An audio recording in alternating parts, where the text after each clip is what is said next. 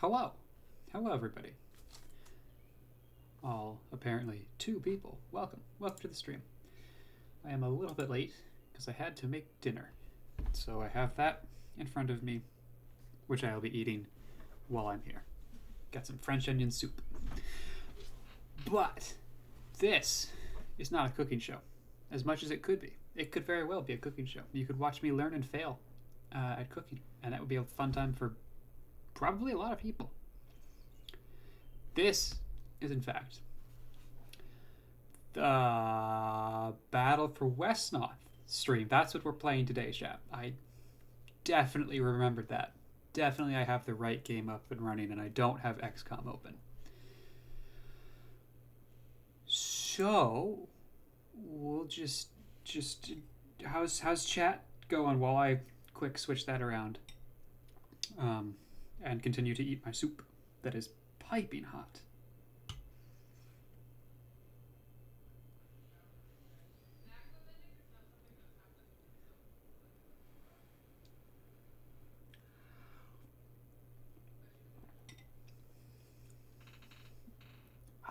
That's good. The smartest, you had an advising meeting today, so that's cool. And you have a schedule worked out. Very nice. I have my first advising meeting on Monday with my new advisor at Boulder. So I'm looking forward to doing the exact same thing that you just did. But instead of signing up for 4 or 5 or however many classes you signed up for, I'm going to sign up for 2. Maybe 3 if I'm feeling ambitious. But I'm probably not going to sign up for 3 because that seems like a lot of work.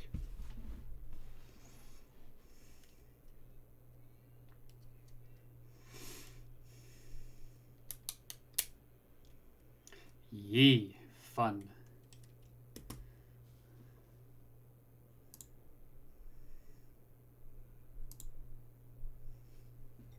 Very fun. Oh, this soup turned out better than I thought it might have, so that's really good.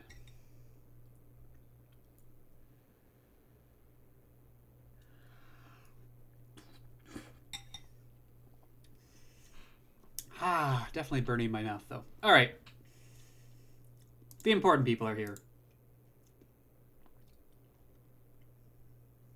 Is it this one? Nope. This one. There we go. Okay. It's been a little while, actually, since we've done this. We were in the Lost General, I believe. Yeah, that sounds right. Replay has 0 troops. So... Yes. Yep, we're in the Lost General. Because I made it to the Hasty Alliance once, and we died and had to go back to our stream checkpoint of the Lost General, and then I died there 2 more times. So that's where our stream checkpoint is. I am become small. Oh, it's the wrong size. I'll fix that in a second. We've gone through the story once already, so there's no real reason to do that again. Why am I tiny? Let's fix that. How's that? Is that better? That's better. But I am facing the wrong way.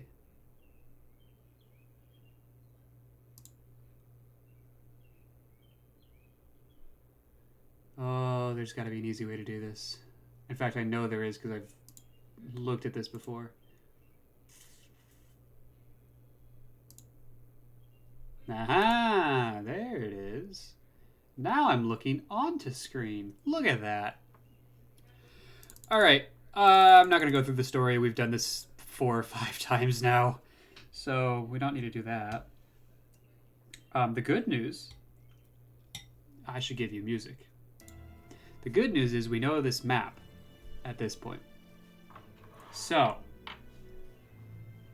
that's exciting.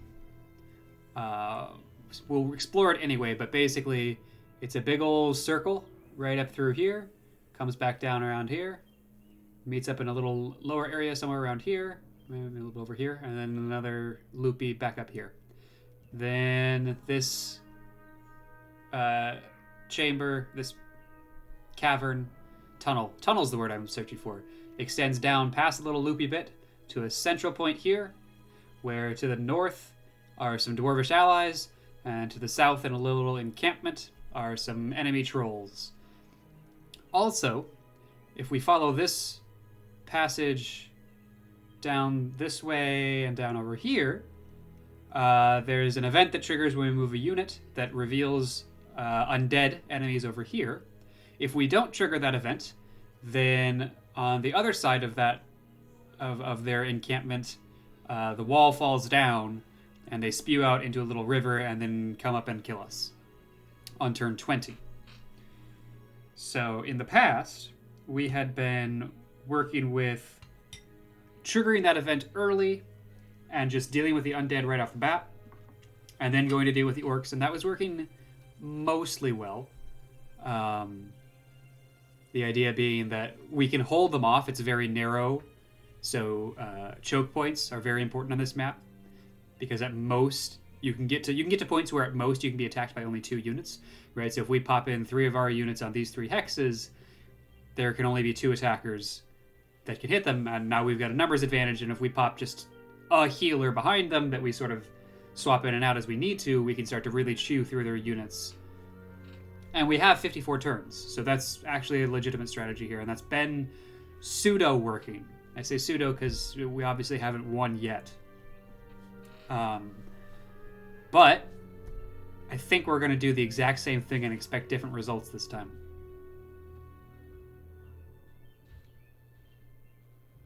So, let's do that.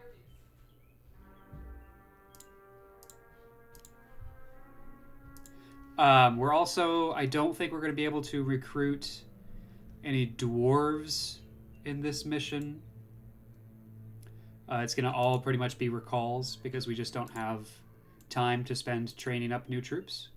This mission's kind of hard and we don't have a lot of gold. So, fly glider, the sylph, she doesn't really fly because she can't go into voids, but she can go everywhere else, so she kind of glides. Griffins are the only units that we have that we can fly, that can fly, rather.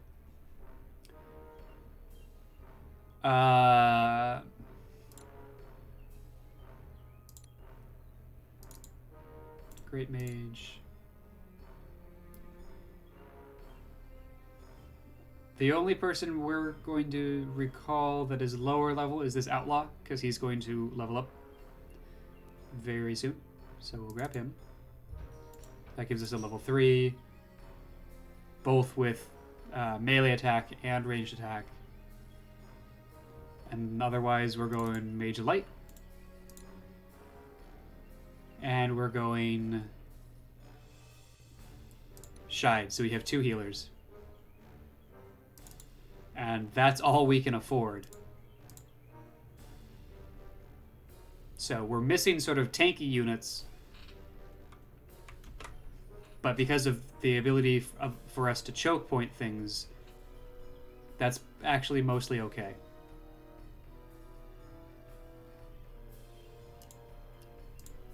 Delphi's gonna go grab that one.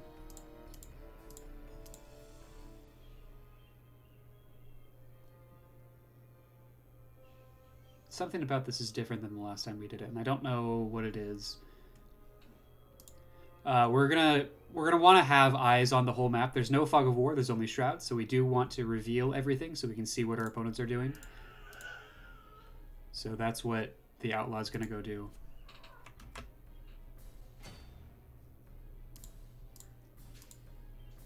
And then otherwise, we want to be careful of when we trigger the event, because we've triggered it where we're not in good positioning before.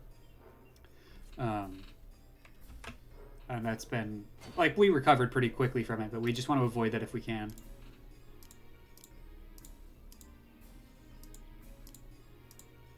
We want enough units down here that they can sort of fill the gaps.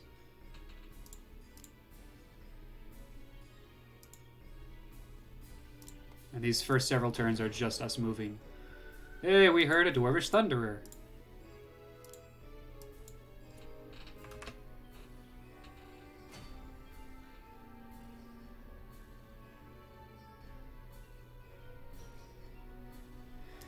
So we could pretty easily trigger this event by, I think, just stepping on any tile closer here. You can actually sort of see where the tunnels are going to open up. There are going to be 2 of them.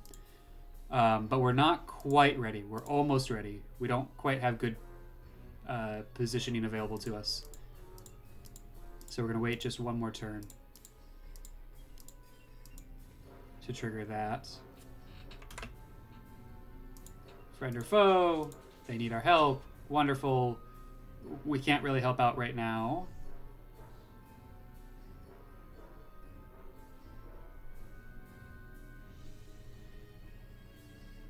So let's trigger this.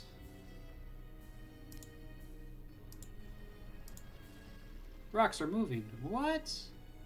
No. Undead? Really?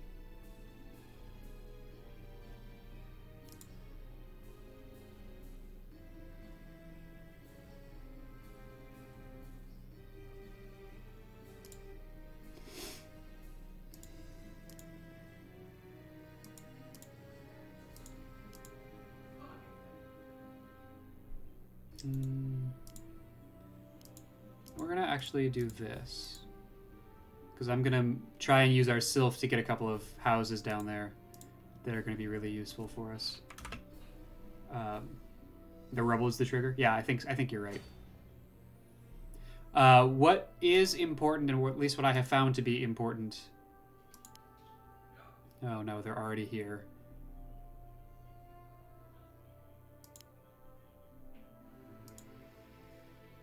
Yeah, so the orcs have already broken through the dwarves, which is wonderful. So that's going to go very well. What I have found important is keeping these guys contained so they can't get out, capture villages, and get enough gold to keep recruiting. That's how we got overwhelmed the first time through. So I'm actually content to just let them sort of approach us as much as possible, and we'll just deal with them as they come up. They can sort of 2-on-1 our Great Mage here.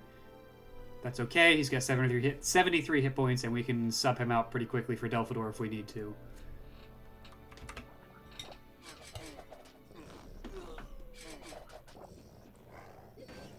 Oh, man.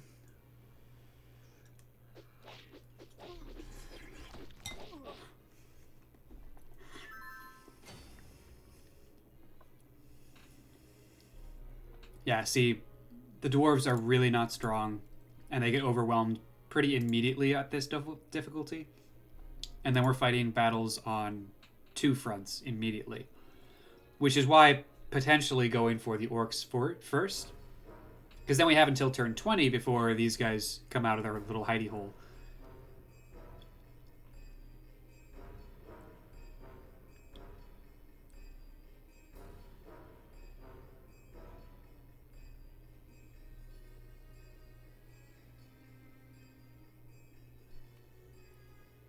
Smartest likes going for the orcs first here.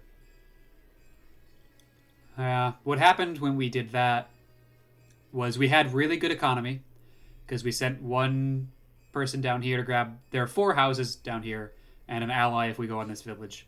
We had really good economy.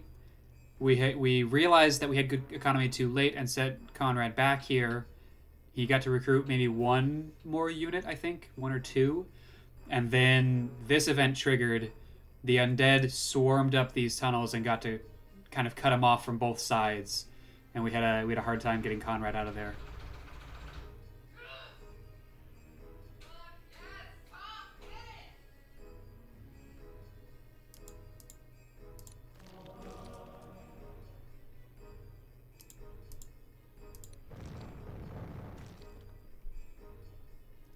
Yeah, my roommate is currently watching Avatar: The Last Airbender, so you will likely hear her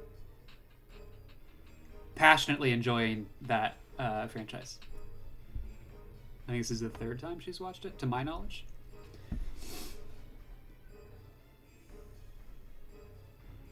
Okay.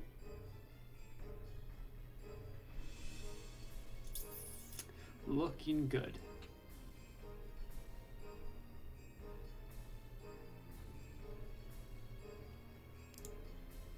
Actually going to go in a little bit here. And just try and get a little bit more done at a time, and so we can clear these out sort of as quickly as possible. Lionel.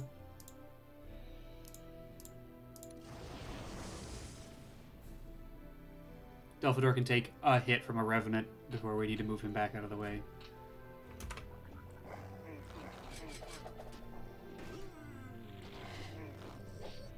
The dwarf is doing his best to stay alive. Oh, and it wasn't even the Revenant. Okay.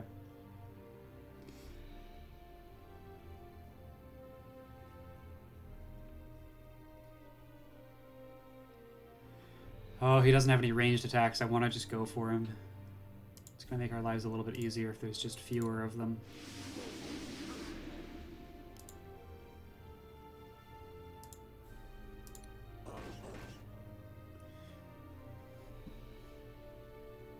Try and keep these guys in a position where they sort of can't be surrounded and stuck, but where they can still sort of help out, because we're going to need to do something about them.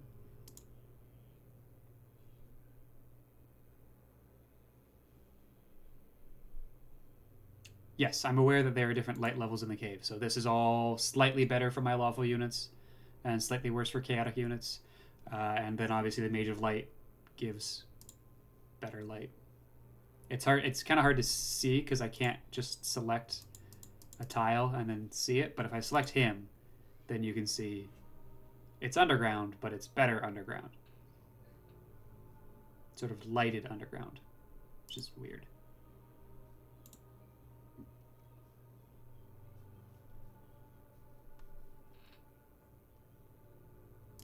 All right, Delphi. Time to switch some folks out.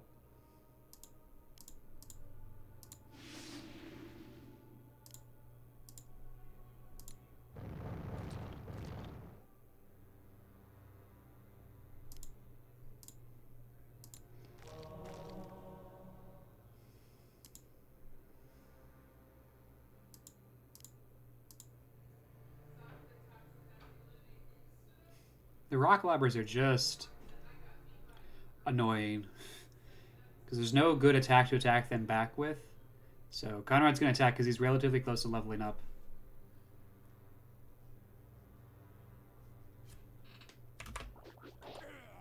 Nicely done. Stole our kill. Poisoned my unit. Good.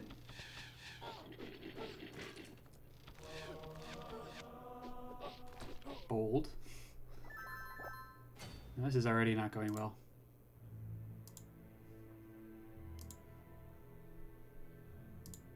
The economy is not important if we're dead.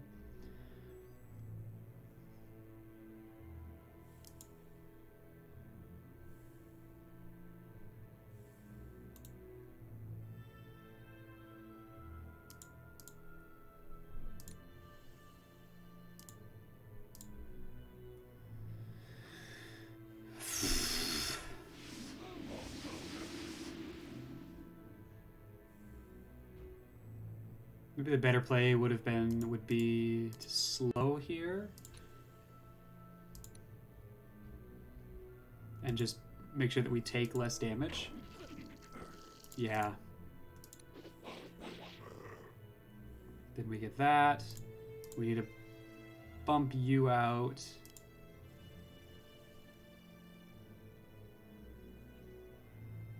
There's actually no need to press this. So we can just move here and here.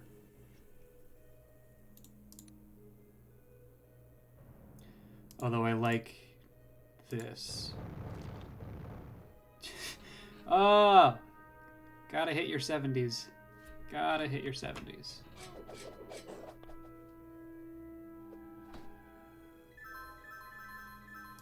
Alright, there's an ally in here.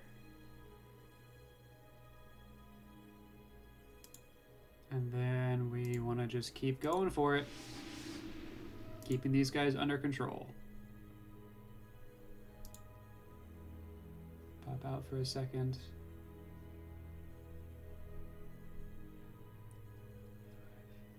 I'm trying to decide if I can... Like, what's the minimum number of troops I need down here to hold these choke points and to make progress on these guys without dying, so that I can start to make sure that the orcs just don't come out of nowhere and kill me.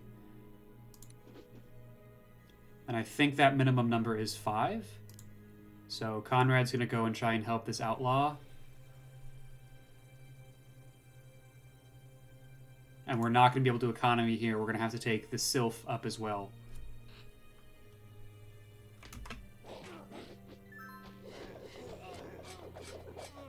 Alright, well that didn't work at all. Ugh.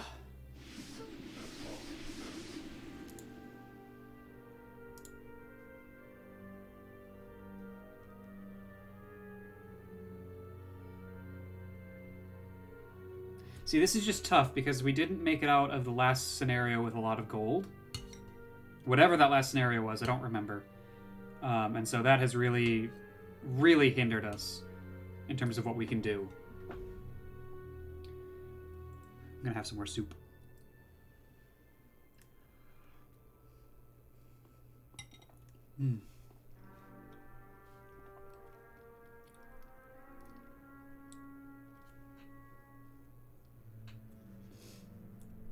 Literally none of them want to move, which I'm actually okay with.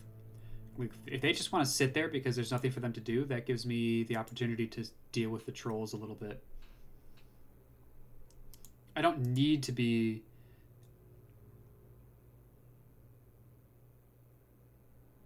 I think at the very least you need to pare down the orcs before you deal with the undead. Yeah, maybe. Maybe we go for the... Maybe that's a better strategy here. Like, we recognize that we have until turn 20 to deal with them. So there's no real need to rush here. So this is okay because Zone of Control is going to stop any opponent right here. And we can surround them.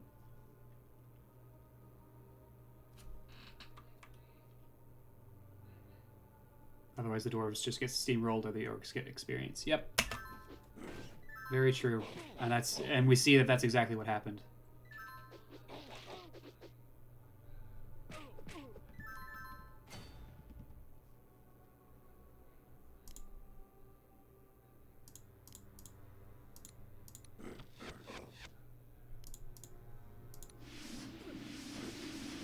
Oh my goodness. Goodness gracious.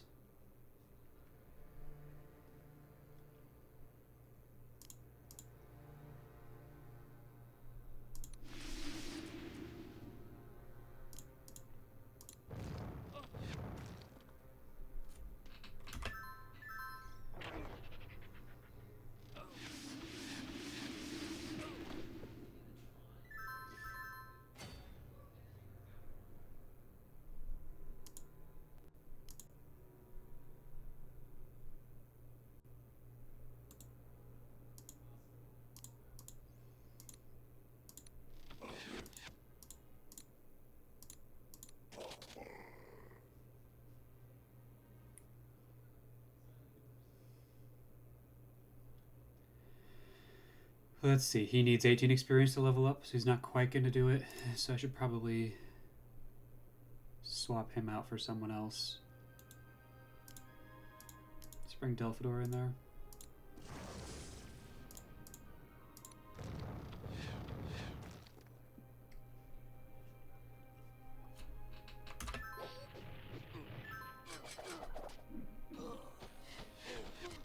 And that was the last of the dwarves that just died. Conrad got an AMLA after max level advancement.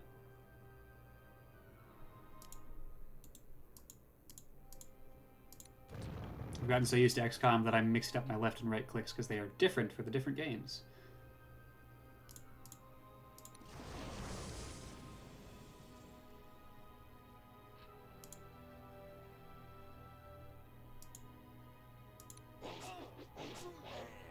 So this is actually really good. I'll probably want to switch Conrad and the Shide around next turn.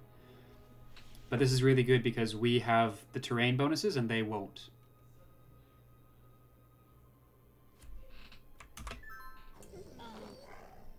Oh, no. They leveled up. We don't like that.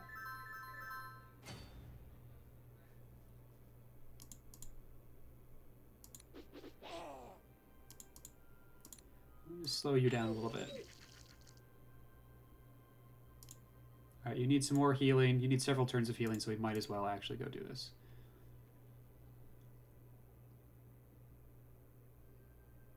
$41, $40, $48.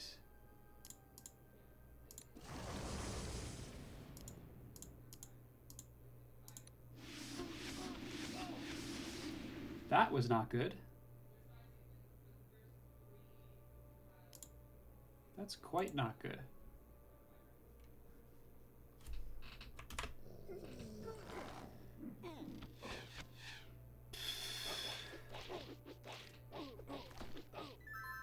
Oh, that's very not good. I didn't expect the Revenants to come up there.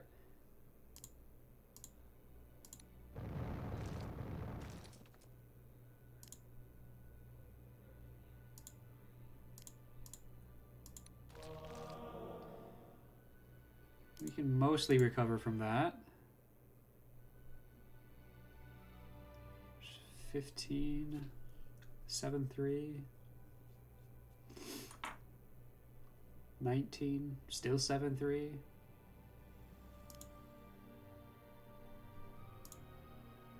Alright, we'll do that. That's the best way to ensure safety. 9-3 does a maximum of 27 damage, which isn't enough to kill the Goblin Knight, so we might as well go for the status effect here, which will let us deal more effectively with him later. Oh, that was very lucky. I like that. We like luck here.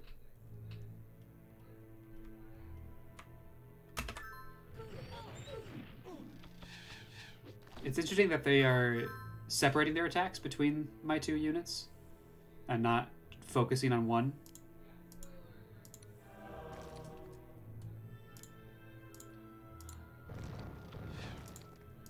If they focused on one, they could probably kill one. The one being Conrad, of course. But now we must run away.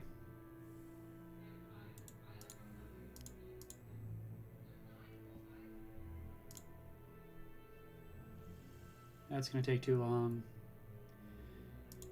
Boo, this is really not going well. Conrad is technically alive, which is the best kind of alive.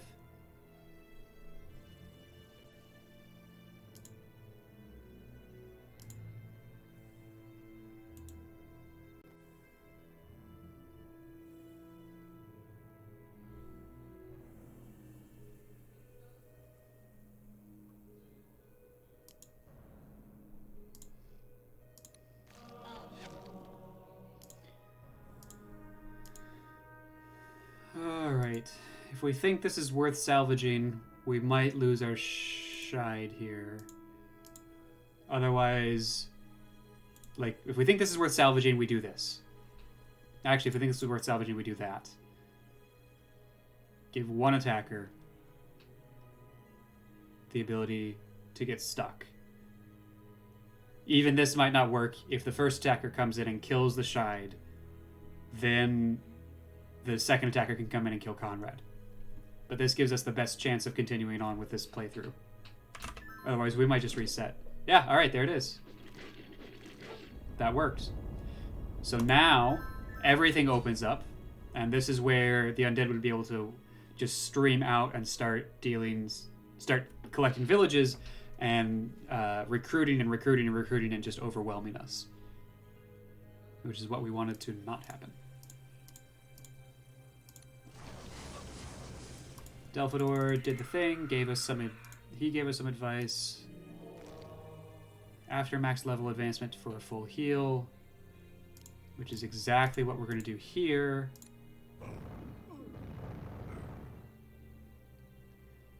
Get to keep them kind of contained. Continue to heal. Alright, we might be able to salvage this. We're also positive on gold, so we might be able to recruit, which would be nice.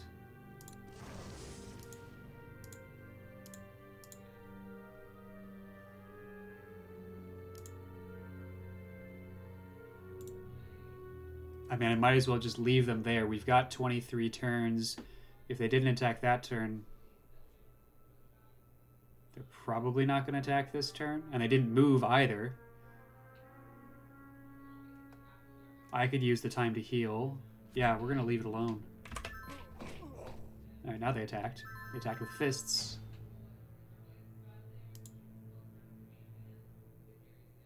But they didn't do enough damage, and they haven't figured out how to retreat and come back later, so that's good.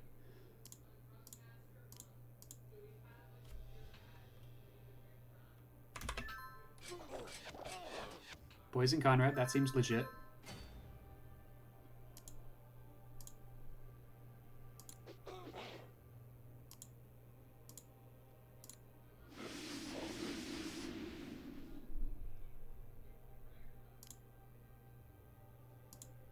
Alright, I want to give our Shide the ability to heal a little bit. Where can you go?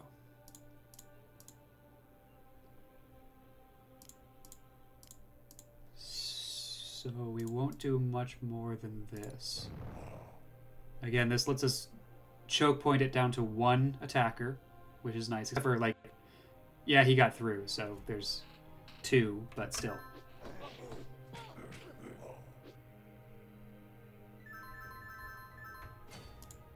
Nah, bruh. Nah. That's so bad. Bad terrain bonuses. Very bad terrain bonuses.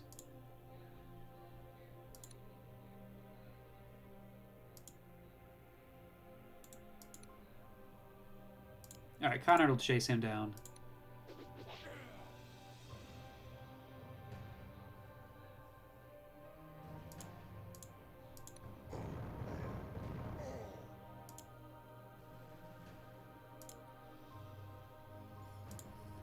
Let's deal with the poisoner. Heal, heal, heal. Deal with a person that has nice fists.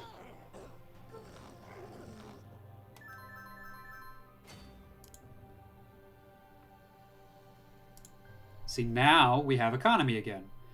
Conrad's going to heal and then come back down here and recruit while we continue to push. Can anyone get to that wolf? No, they cannot.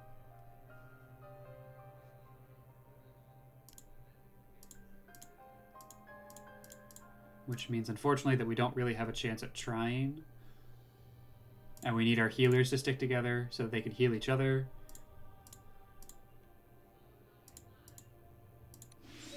Again, we're going to take out the one with the better melee attack and hope to survive this combat. Probably should have retreated with her, actually. Yeah, we should have. Oh, we got lucky. You know, we take luck, chat. We take luck. 5 turns? Sure.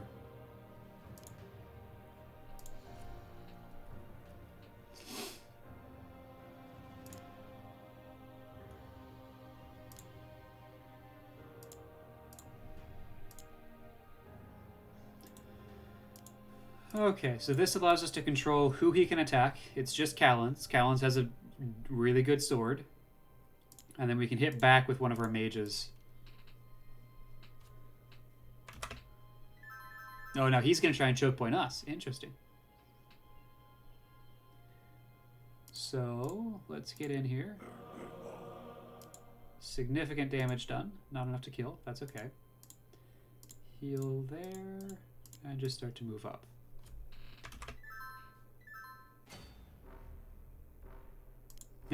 Not even gonna fight back.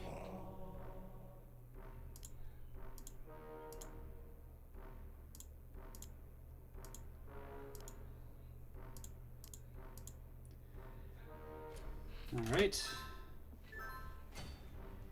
We're so close to being able to recruit here. That'll be good. We'll probably actually do recruiting and try and get some dwarves some experience here. Because those are really nice. Hey, story. Callens gets an AMLA. And then we keep moving. So all things considered, this has sort of worked.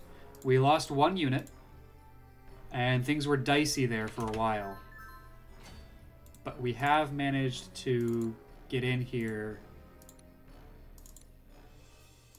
in a reasonable position now.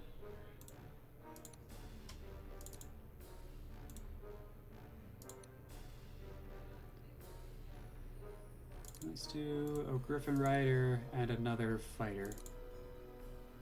In our last playthrough, we had I think it was a resilient, healthy, or resilient, strong Dwarvish fighter, which was so good. So good at controlling choke points, because healing 2 hit points a turn was really, really nice.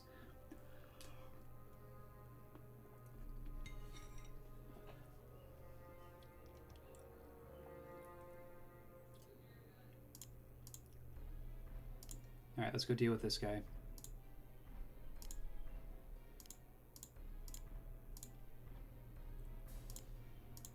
And our healthy folks can start scouting out a little bit further over here.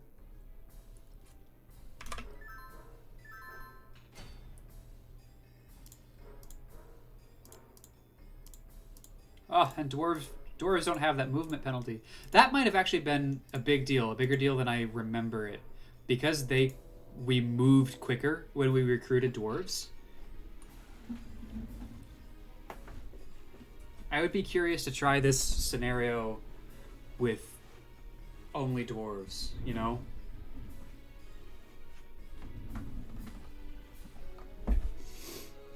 And seeing if that movement speed is enough that we can get to the orcs quick enough to help our allies stay alive and actually bottle up the orcs.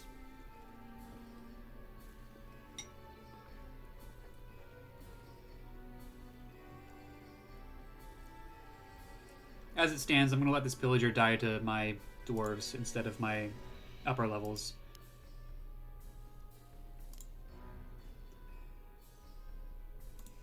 Because these guys are coming.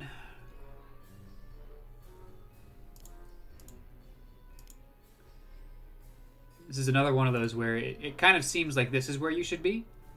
Because then you control, like you've cut them off, it's a nice choke point. But as it turns out, I think that one tile back is better because now that's 3v2.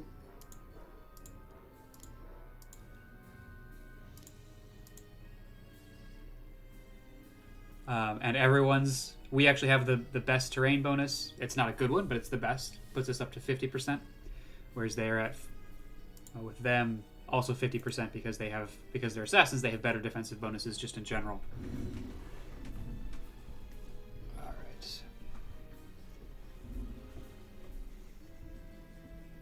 And Callens can go with them with his leadership ability. That'll probably be useful.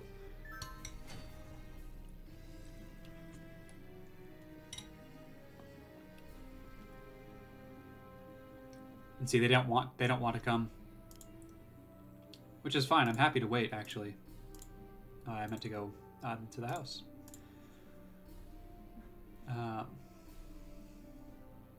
But if they don't want to wait, we will collect more gold. The reason I'm fine with waiting is because it will allow us to get our dwarves some experience, which will be quite nice. It's not just for grabbing the villages there.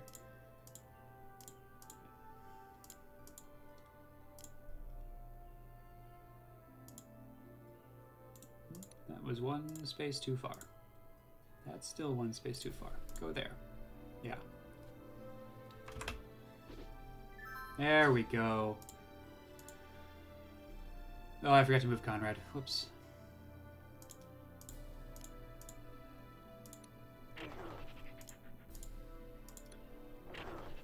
See, here's the problem with Thunder Sticks. Is that when they don't hit, you've done nothing. And that's actually one of the biggest differences. It's why, to me, in general, the battle for Wesnoth is less frustrating than XCOM. Because in XCOM, you have an attack with a percentage chance to hit. So 30% of the time, your 70%ers are not going to hit. And it feels really bad because that was your one attack for that unit. In Wesnoth, 30% of the time, your 70%ers are not going to hit. But it doesn't feel as bad because you have maybe 4 attacks. So that means that you're probably still going to get 1 or 2 hits off.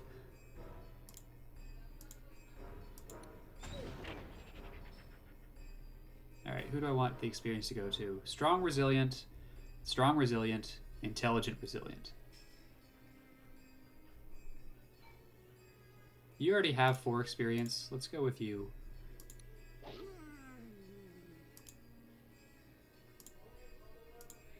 Alright, and then we're going to move up here.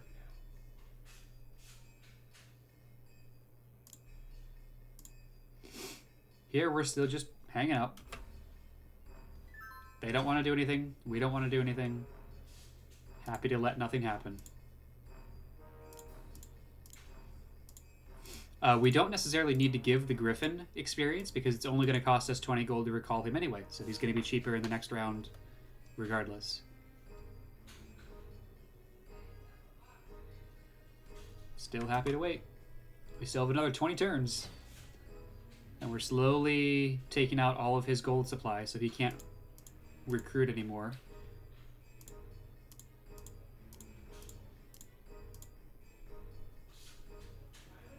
I usually think of the Dwarvish Thunderers as sort of the definition of a glass cannon. When it works, they do a lot of damage. When it doesn't work, they do no damage, you know?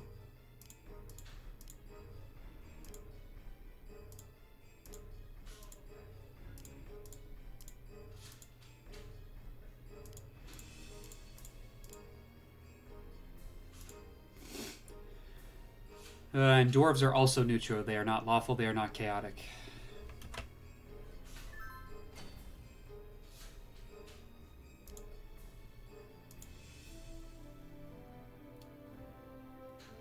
Alright, at some point we're going to have to go down and get them. And that's going to be a little bit tricky.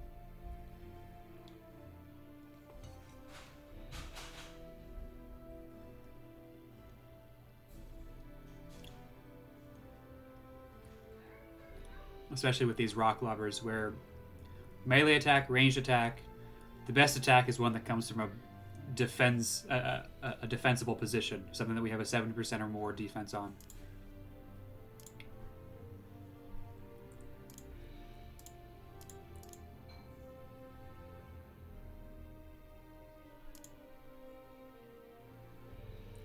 So that tile is not good for us. We could sort of hold this line, but that gives them 4 on 3.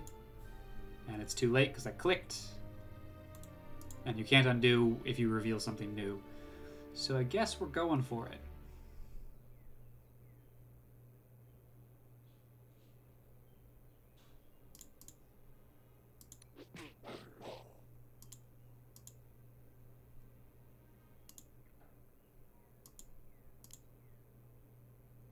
I don't want to expose someone who's as important as this healer is and who is as weak as this healer is. Like that.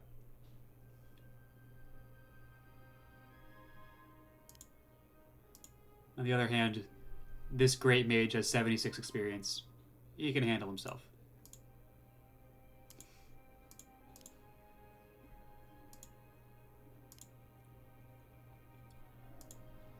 Just because it's game over if Delphador goes down there, so we're not going to mess with that.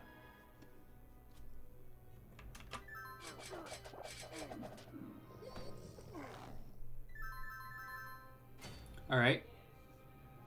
Getting a little lucky here.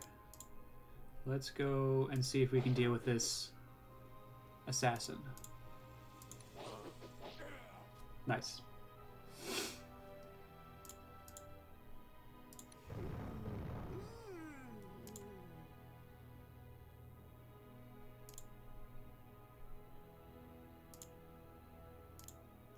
Unfortunately, zone of control means we can't do much else besides that.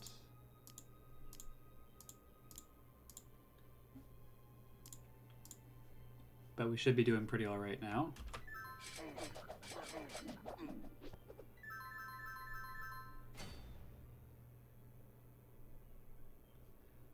We do need to give ourselves some maneuverability here.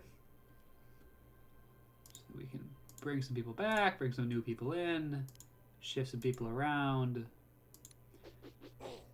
Moving him down there because this is the person we've been funneling experience towards.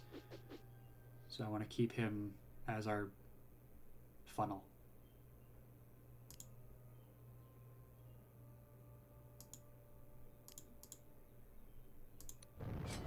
And while it has marksman, like, I'm still fine with that. He's got 72 hit points. And he's going to get cured and healed, so no big deal there. Okay.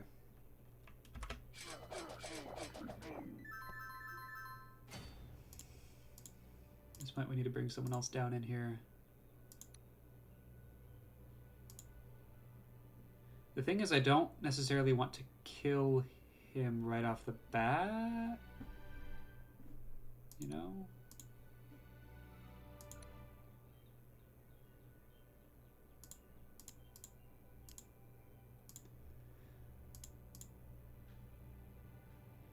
Let's do this.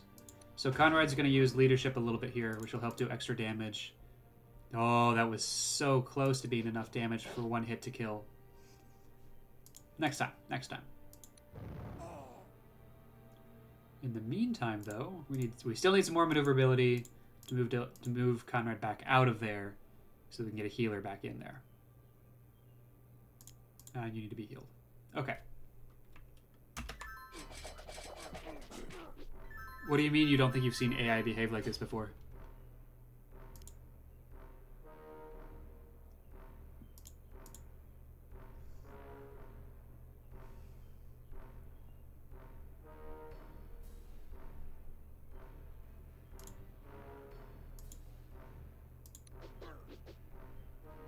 Okay, so it's not meant to be this turn. In which case we need to sort of wait it out a little bit here.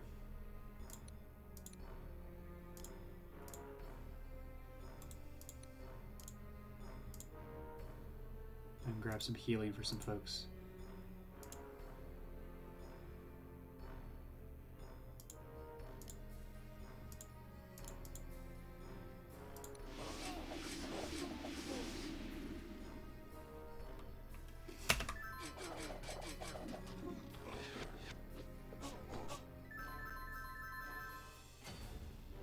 .28 is not close enough.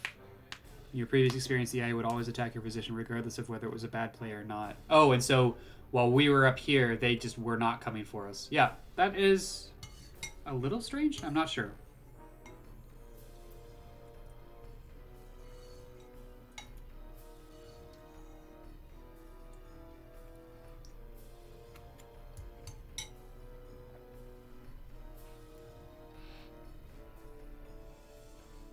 Wesnoth is constantly getting new updates. So 1.14.12 came out only a couple weeks ago. Kill both assassins and try to funnel the troll to our dwarf. We gotta get lucky for that to work. I'm not... We have all the time in the world, so I'm fine just taking another turn here. Get a little bit more healed up.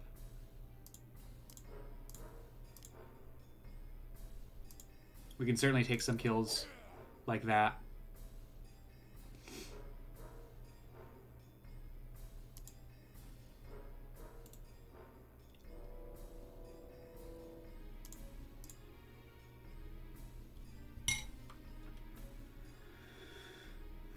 Like our position and our unit strength is so good that it doesn't matter.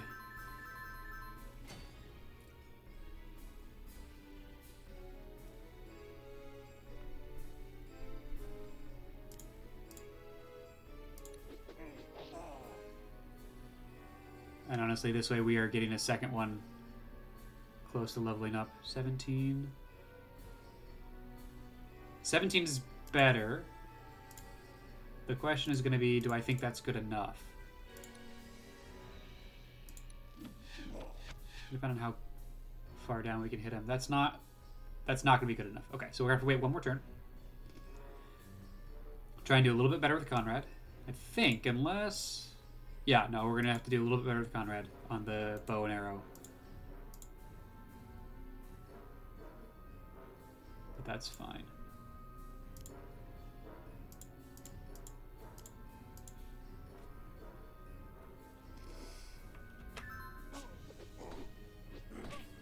Ooh. He moved around. 14. Perfect. 9 is exactly where we want that. Watch that the leader doesn't decimate Callan's. Yeah. Yeah. Callan's can hold his own for one attack, but that's a good point. 28. Let's try this. Alright, we got a Dwarvish Steelclad, which is going to be good. We're going to need some tanks going into the next mission, so...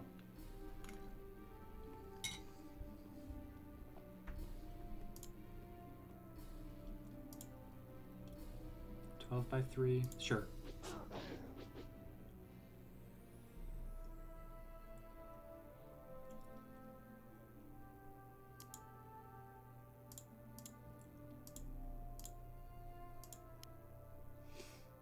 Oh, you recruited again.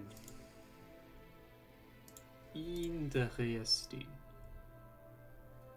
Very, very interesting. We're kind of cramped for space here.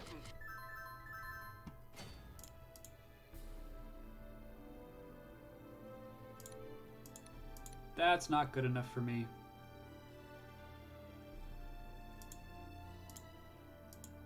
Getting the next level up on the Steelclad is going to be really sick, so I might as well try and go for it. He needs 55 more experience. We can get him 36 plus 8, 42. Puts him just shy of a level up. Not 42. 36 plus 8. No, it's 40. It's 30 plus... It's 32 plus 8. No, what is this? I'm so confused. It's 32. It's 32 hip. 32 experience. For a level 3 plus a level 1.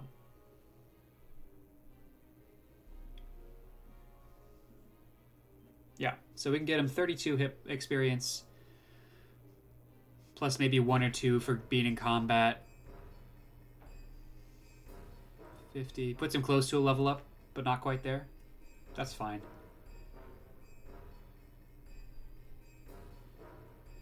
Folks that need healing are getting healing. And actually go ahead and grab us a house.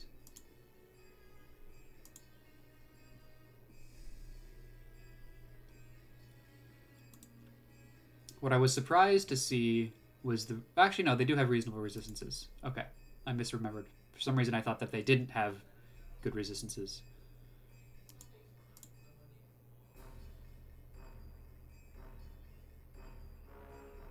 Alright, I want to wait until next turn to start it off, and we'll probably start it off by slowing him. And then we just kind of start to bash. But let's move some folks a little bit closer first.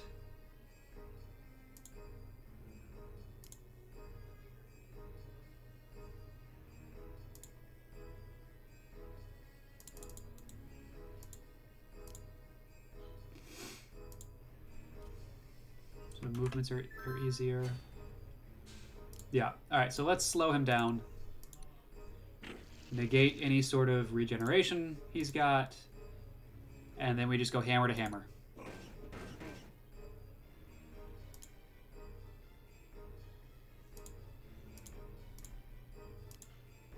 Oh, I should have put Conrad behind him for leadership first.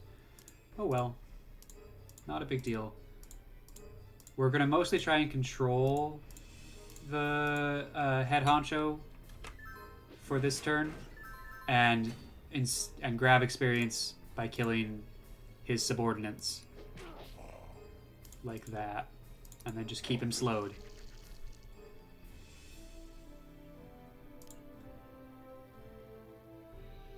Keep him slowed and keep him stuck.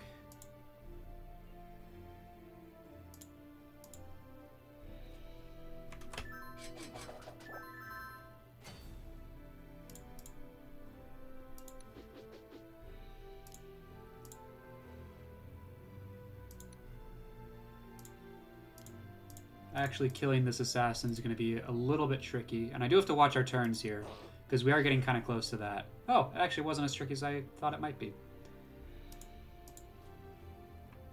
Oh, keep him slowed. Almost forgot.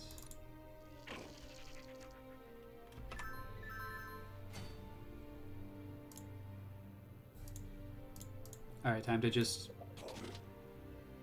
go for it now. I didn't slow him. I used the default attack. Whoops.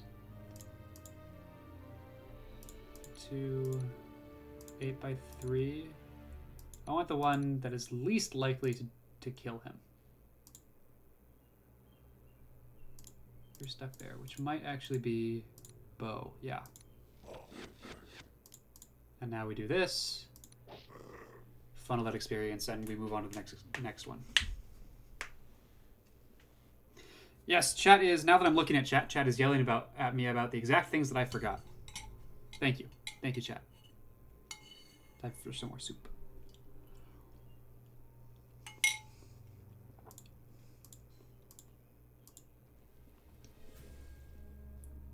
So it didn't go perfectly, but it went pretty well, and we have a reasonable amount of gold now. Yes, we do want to overwrite that.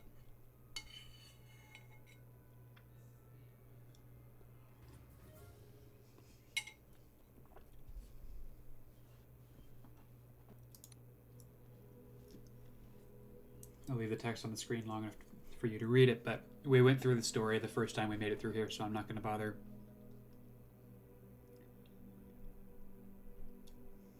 Would it kill me to shave? Excuse you. I'm very happy with my facial hair, thank you. Cavernous void stretched out ahead.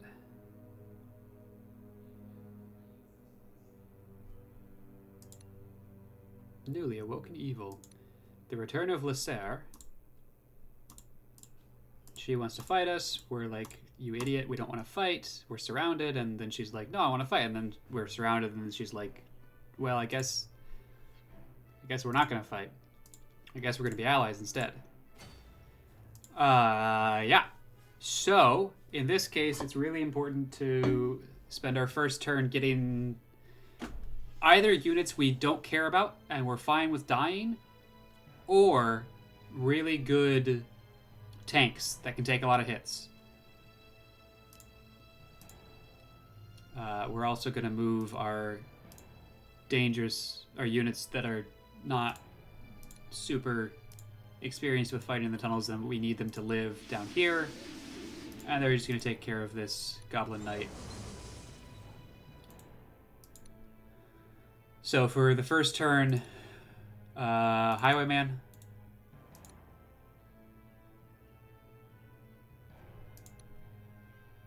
Oh, actually, that is incorrect. Not Highwayman. Yes, Steelclad. Definitely the Steelclad is making his way in. He's so close to a level up, that just makes sense. But we are going to get Fugitive instead of the Highwayman, because it turns out they have the same hit points. And the Fugitive has better, first of all, better abilities, and then secondly, better defense across the map. This Highwayman because he's strong, has more hit points. So he'll go with us.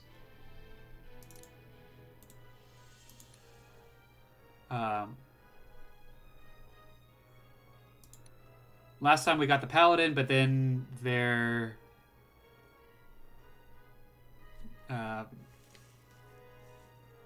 actually very bad in caves.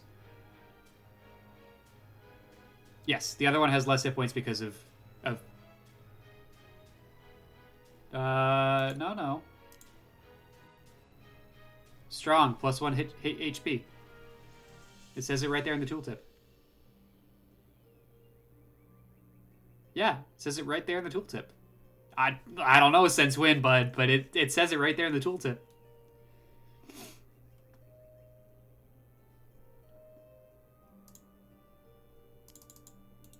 Definitely loyal. Definitely quick doesn't reduce your hit points. Oh, it does. What? All right, so we're both learning things here. Quick reduces your hit points, and strong adds a hit point. Interesting.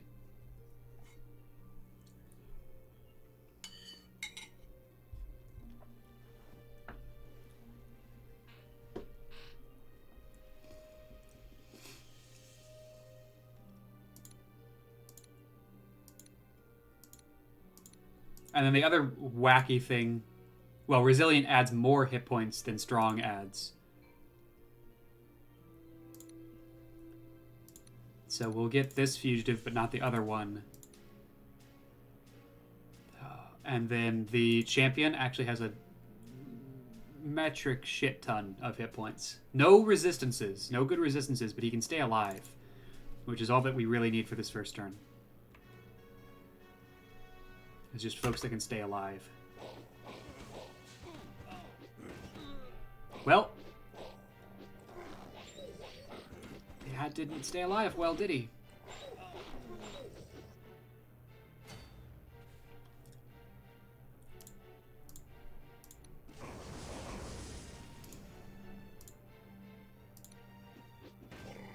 Alright, got that up. 87 hit points. Like, Dwarvish Lords are ridiculous.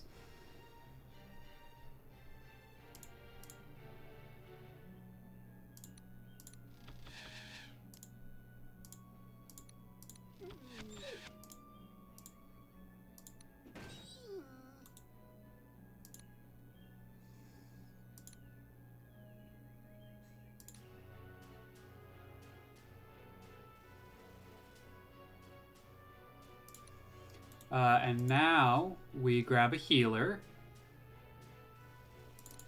to keep our troops alive.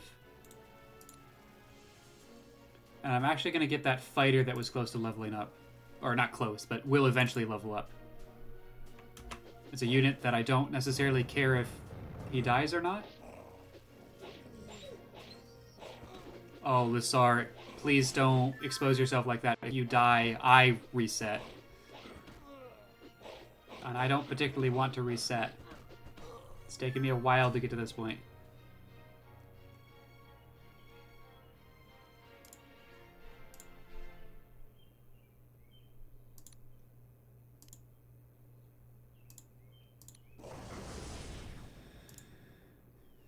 Right here.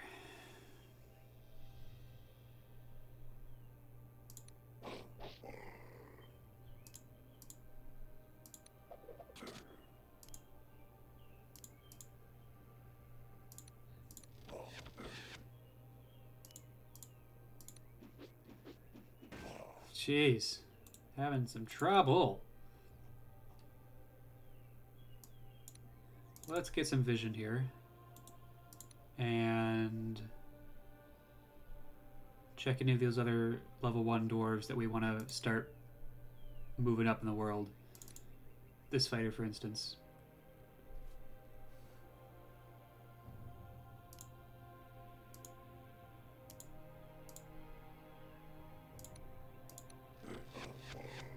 Nicely done. Hey, she stole our keep. What? Rude. Now we can't recruit. Lissar, what the heck are you doing? Well, you've kind of blocked our way over here, so we can't help you anyway. So I guess we just go fucking over here.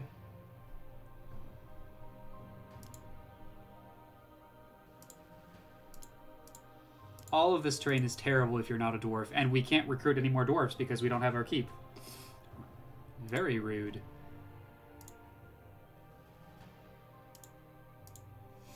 We've got plenty of gold.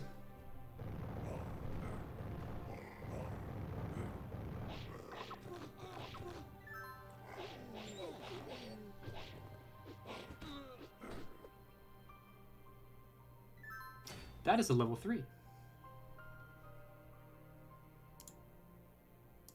gonna just back that up 1.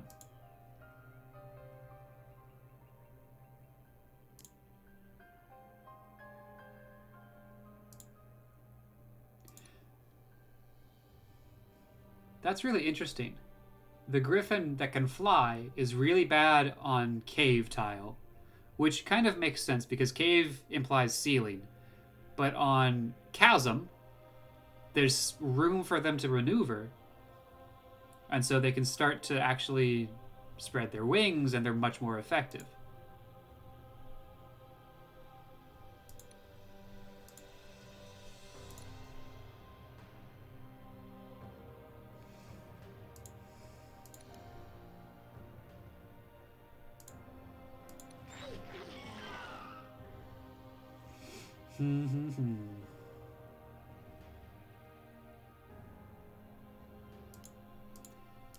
Again, there's kind of nothing I can do here, which is just hilarious. I would like to be able to recruit, but I can't.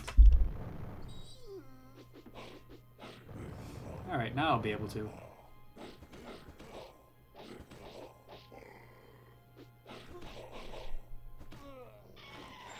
Yeah, I kind of figured that was going to happen to our Griffin Rider. RIP. Let's recall any more dwarves that are worth having.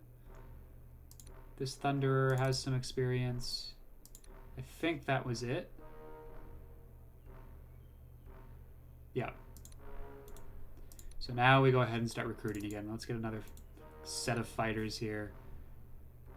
Because they're great when they level up, but they die really quickly. So they're not going to make it.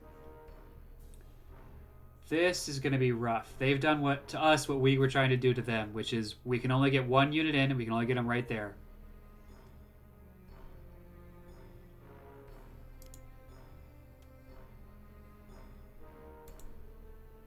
So we'll just hold for a turn and see if they want to move. And if not, then we've got some other things we can do. Alright. Now we get to go and have some fun.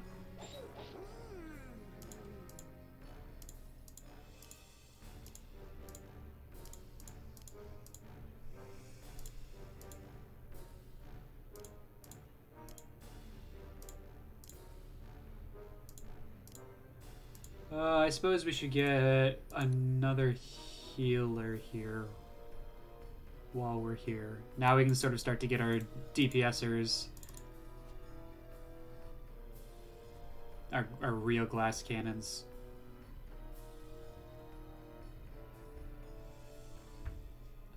But speaking of glass cannons, no, we'll get another rider here. And then that's all we can afford.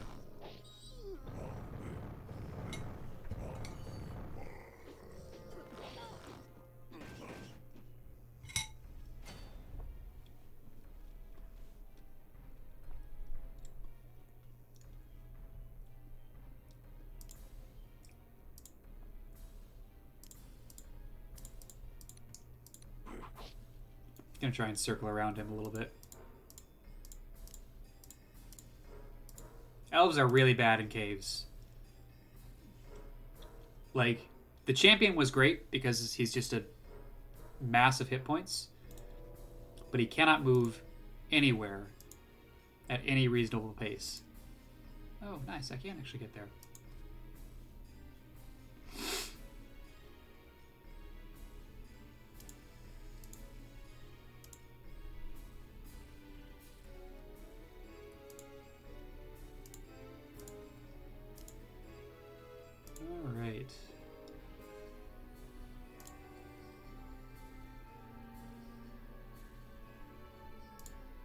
Go that way, and you go that way. Alright. And Conrad can go with the units that need leadership.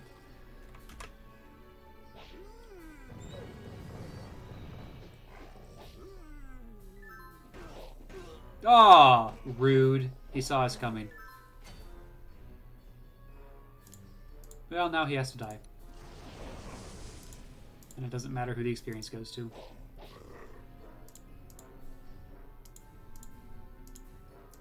This seems like the enemy.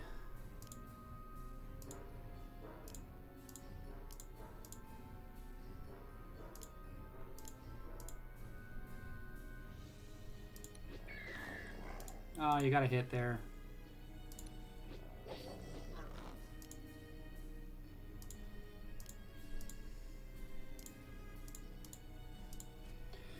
Okay. They're gonna get the kills over here. And then we're just gonna kind of try and beat them to the keep to get the experience from that.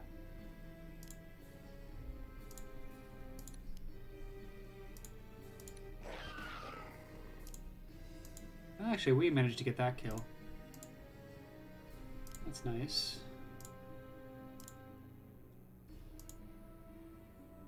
Ooh. Spooky fog. Oh, nice. We can get our guy healed up a little bit. Keep moving. Slow him down. And then punch him with a hammer. Like that. Sort of.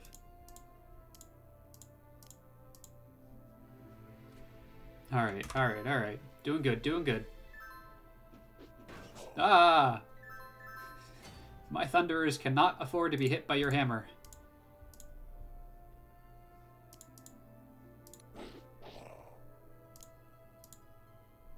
I mean, no one can afford to be hit by your hammer.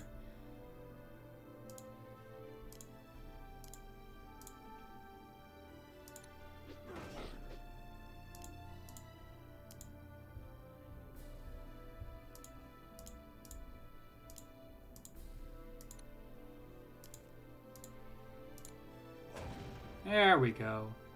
That's what the Thunderers do. When they hit, they're pretty good. They just don't hit very often.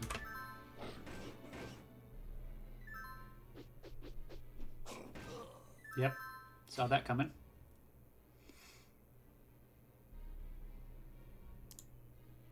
Alright. I'm gonna kind of throw these guys away a little bit, because they don't super matter.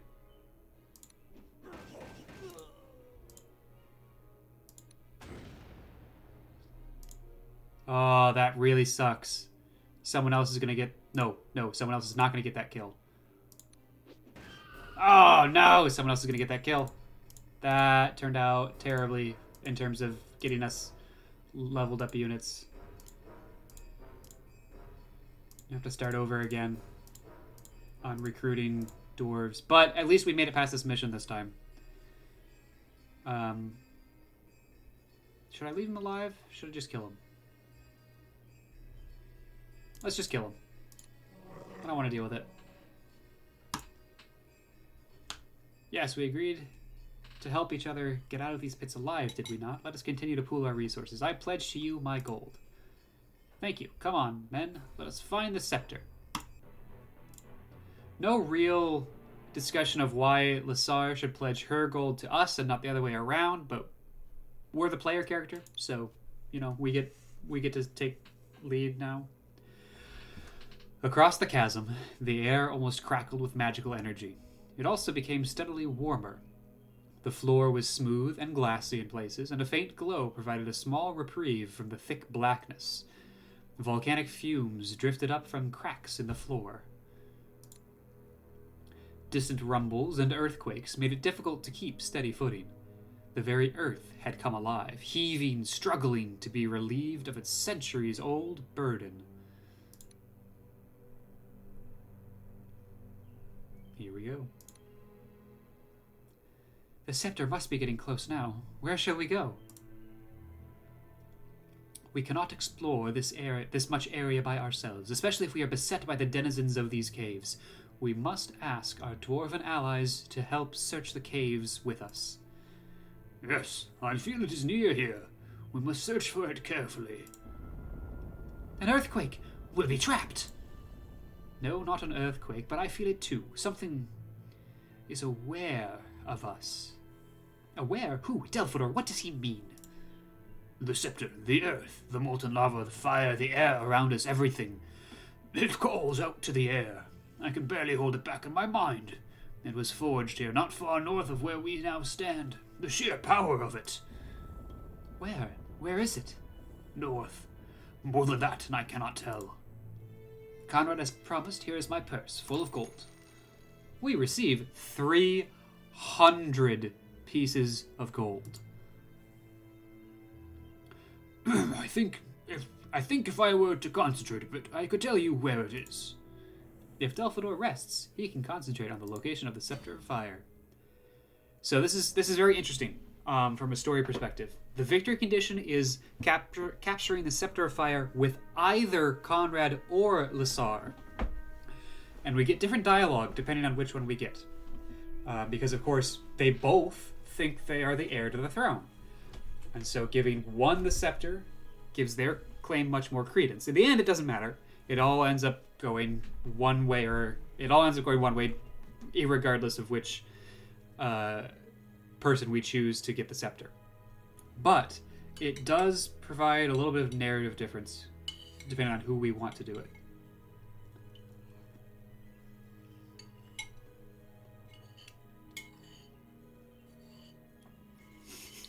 You got distracted for 20 minutes and we're at the scepter already? Yeah. Once we survive that first initial wave of the previous mission, it becomes a cakewalk. Like a couple of small areas where we have to be careful and where we kind of threw level 1 units at them until they died.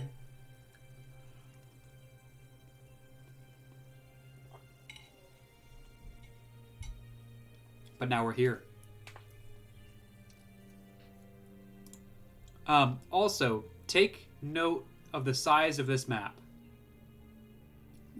It's huge. And we only have 35 turns. This is a map where we need to be recruiting Griffin riders, dwarves, people that can move fast and far.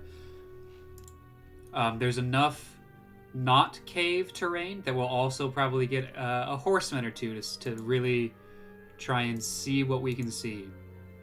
Let's also take a look at Lissar. She's a level 2 princess. She can level up at least one more time. And she has a 14x4 sword. I believe she's neutral. She's got leadership and initiative. Oh, that's a new skill. I don't remember that. So she gives first strike to units. And she's got some movement. Alright, so let's see here. First,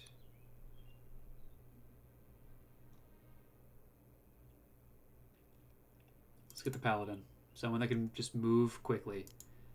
It's going to take him a second to get out of the initial cave section, but once he gets onto the open ground, he'll be able to move rapidly. Then we're going to get a couple of Griffin riders. Probably 3 of them. Followed by our pseudo flyers, the Sylph and the Shide. No, let's go Fugitive instead. He doesn't fly, but 8 movement is nothing to scoff at. Oh, good. I'm glad it's not just me that initiative is new.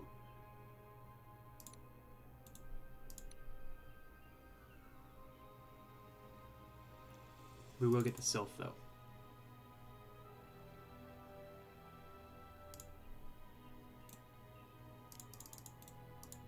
Okay. That noise was made by no troll. What manner of beast makes its den in these forsaken caves? Conrad, that must have been the floor collapsing. I was warned of such dangers when I was prepared to journey here. We mustn't tarry here. Let us fetch the scepter and return to the surface with haste before the lava under our feet consumes us. Oh, that's right. Oh, this map is constantly changing. I forgot about that.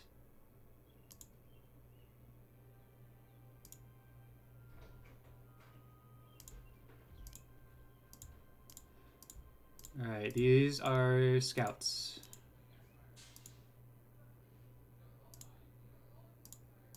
We're trying to get out of here. That's probably plenty scouts, so now let's get a true mixture of new and old units that we want to get some experience passed between. So, like the Dwarvish Lord, phenomenal. Let's see if we have any other fighters. I think we killed all of our fighters in the last round.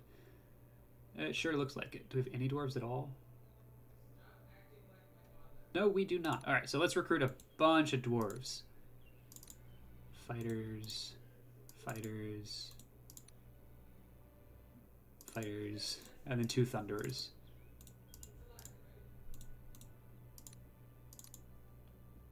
Healthy, resilient. This guy is our tank.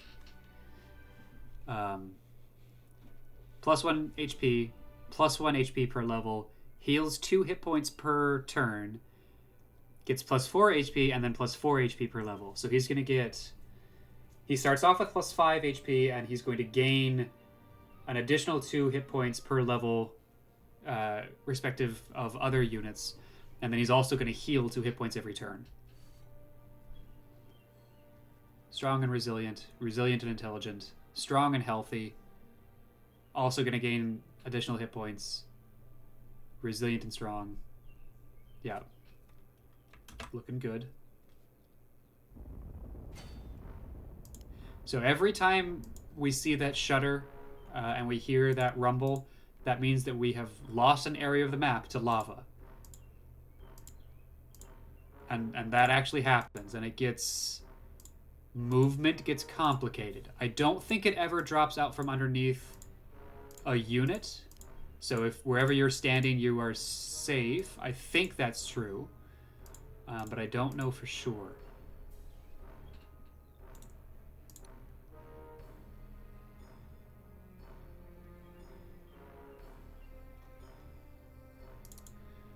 Alright, let's recall sort of a really good squad here of units we know can hold their own and will help in the funneling process.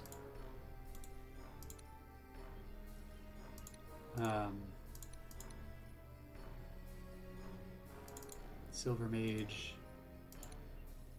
No, we can wait one more turn. So, chat, remind me if I forget, but next turn we're going to recruit a Silver Mage.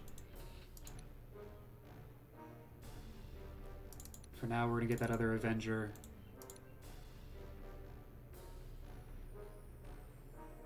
And why not? We'll get another Red Mage. Yeah.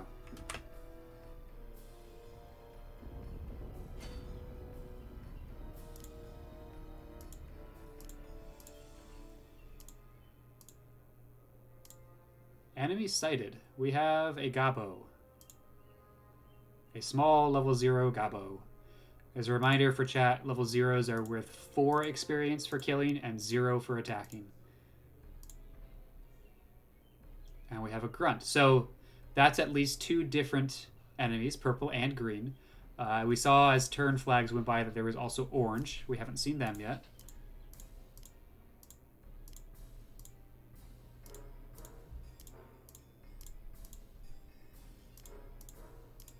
Let's keep moving everyone out closer. Especially some of these elves and humans that don't have a lot of movement. It takes a while to get them through the cave system. Alright, so now we get our last couple, which is going to include in the far back a Silver Mage, because she'll be able to jump to a house and then out of, say, this house and get right up to the front immediately. Otherwise, I don't want anyone with less than... Chekhov's gun must be used in Act 3. Yes! We'll make sure that Chekhov's gun makes it in. Although in this case, it might be a little bit more... pack a little bit more of a punch than a normal gun. Maybe it's a cannon. That could be new. That could be fun. What do you think about that, chat? And welcome to the new folks in chat. Hey, Block the Bleak. Block the Bleak. Thank you for that follow. Appreciate that. I was about to remind folks that if you are enjoying what I'm doing, please consider giving me a follow. I'm on most days right now, as my schedule allows. My current streaming schedule is down below. But yeah, we're here to have some chill times, play some strategy games, and just generally have some fun. Right, so I'm looking for units that have at least 6 movement points, because it's hard to move through this system of caves. So the champion, the highwayman, the huntsman, they're not going to make it through. They're not going to make it through. That's why there's an undo button. But that other highwayman who does have 6 hit points because he's quick will...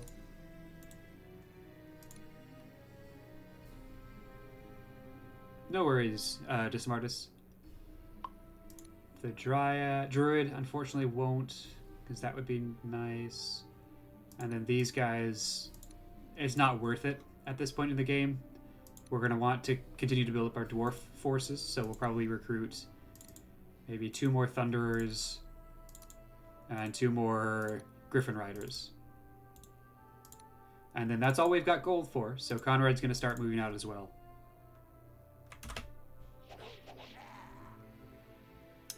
Right, so this is what green does very well, in that they just have a ton of level 0s. So this is where holding this sort of a line of 3 hexes here, where they can only attack us with a 3 or 4 squad, is going to be important, because there's just going to be so many of them. Purple is recruiting level 1s and probably some level 2s, so that's going to take a little bit more finesse to deal with. So that's where we're going to send Lassar. She can handle herself reasonably, but not perfectly, right? No, stop.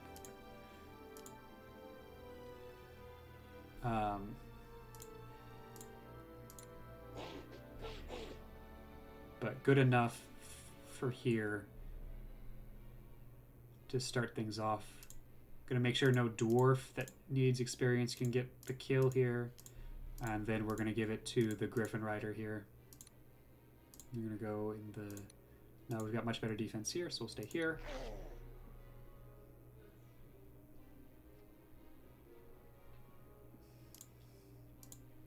If we can and get 3 fighters up there, that's probably going to be our best case scenario, because they're going to attack us and we're just going to hit them and they're not going to do anything. To start it off, we'll put a Griffin Rider to use Zone of Control to prevent these spearmen from moving past them, and that'll allow us to set up with our Dwarvish fighters. And then otherwise we'll move sort of the stronger crew up this way. We can get that Silver Mage out here. And everyone else is just going to take some time to move.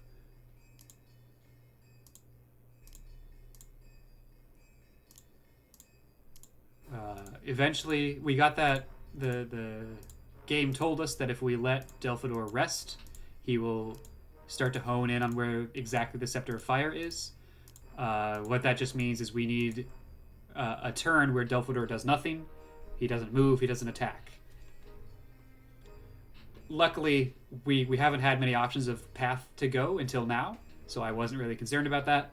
I also happen to know from many years ago when I played this before that it doesn't really matter. Both paths will sort of meet up again at the north where the Scepter is, and the Scepter's just sort of right up in here.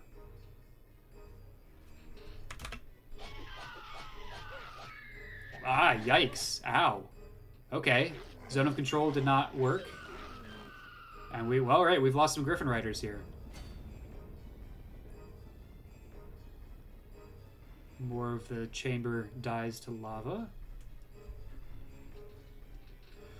All right, we've got some experience to funnel now. We wanted the healthy, resilient dwarf to really get some experience. So we'll definitely start with that. It's really hard to get our Thunderer's experience, so I'm going to focus on that a little bit. And otherwise, we'll just send these folks packing. Yeah. Hit him there.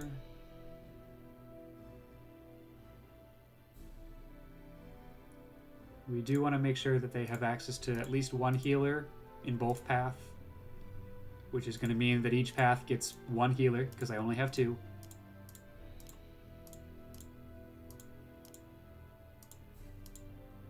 Yeah, dwarves are going to be important for their movement speed through caves.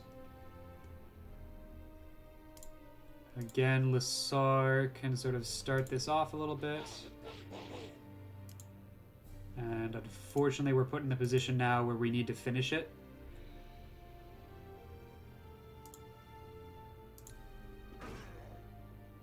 That was more damage than I really wanted here. The Paladin is a half healer, so that's helpful.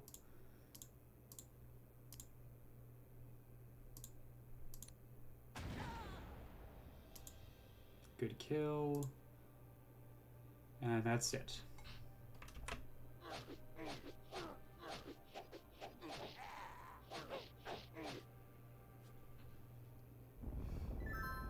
Now we see Orange. Orange has a level 1 Goblin Impaler, which is the level up of these spearmen.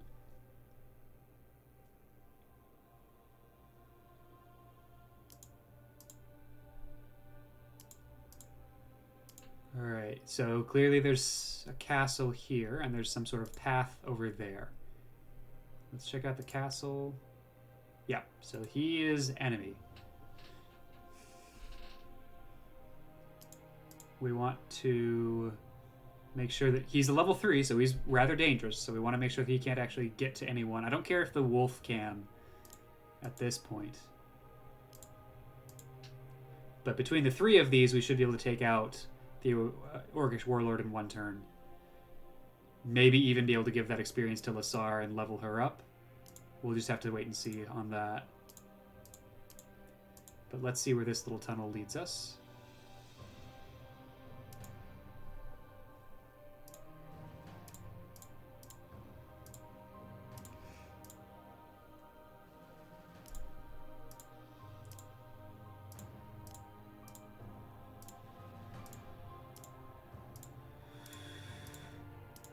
All right, and sort of distributing the rest of these. So we're gonna do the classic blunder of split the party, because this map is huge and we need to.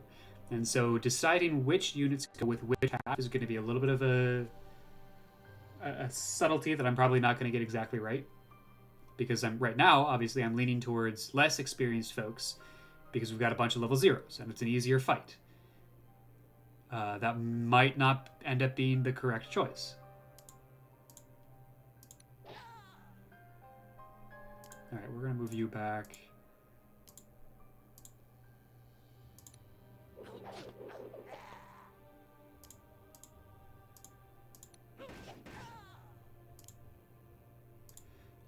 Also, for chat, if you didn't know this already, level 0s do not have a zone of control. So that's why we were able to move just right past him.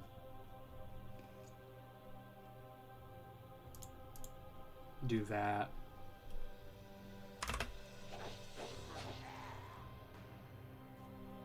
That wolf went up north. I think some of the enemies are also enemies of other enemies. So I think there's a little bit of a free-for-all happening here.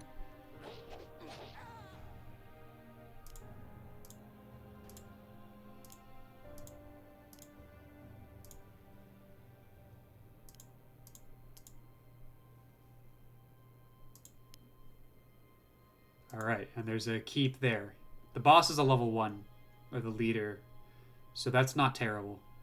We should be able to deal with that pretty easily. There are a couple of more level 0s and level 1s coming down that way, but then there's this orc who is I can't brown. So there are several factions here, and I think some of them are at war with each other, which is why we're not being hit with a full keep worth of recruits. So healer up this way because we need a healer both paths. This path is going to get harder, so keeping only low-level units here is not going to be great. We're going to send Conrad, though, because it does have the majority of our low-level units. We've already got 2 Thunderers up this way, so we'll send this one that way.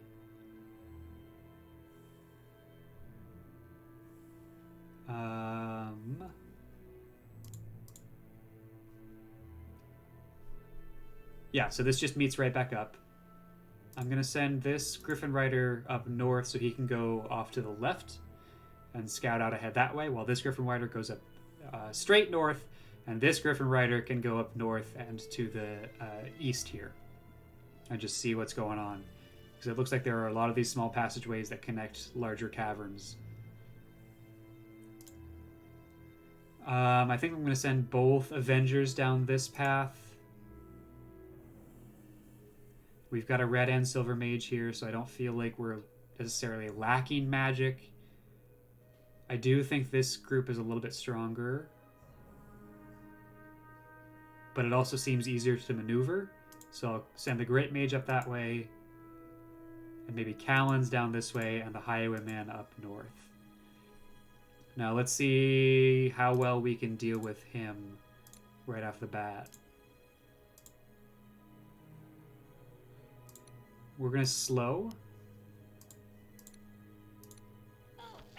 to just make sure that we're taking not a lot of damage. This fight's going to happen over a couple of turns.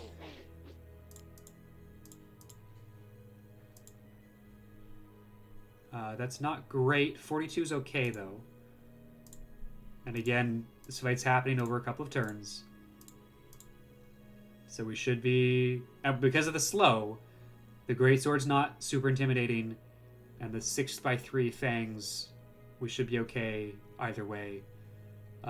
She's close to leveling up, so maybe she gets hit by the Warlord, takes an attack by the Wolf Rider, and we're able to kill the Wolf Rider on our turn. That'll level her up and full heal her, and we'll be in good shape moving from there.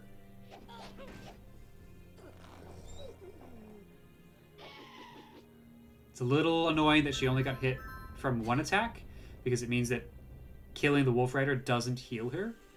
It only puts her within one experience point of a level up and a heal.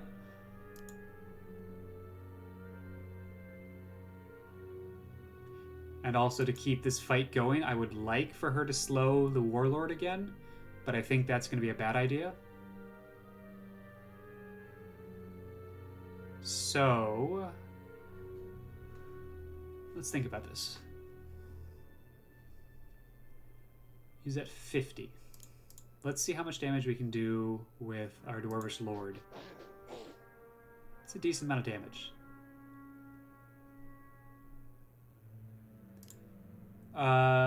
Current plan is to step back and use the 2 Thunders and see if they can't get the kill here.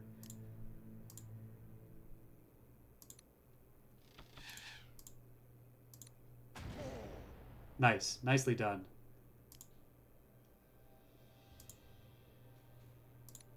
And now I feel comfortable with this. Like, we're going to survive that just fine. We can get some experience to Lassar without much worry. And then between Delphador and that dwarf, we should be able to kill this orc. Yeah. We're kind of boxed in here, so we have to back out. Because we're going to have to kill that orc if we want to move forward, and that orc is level 2, our Griffin Rider is level 1. We can't really do that. They're both melee-only units, and the orc is just stronger. On the flip side, this battle's going to go remarkably easily.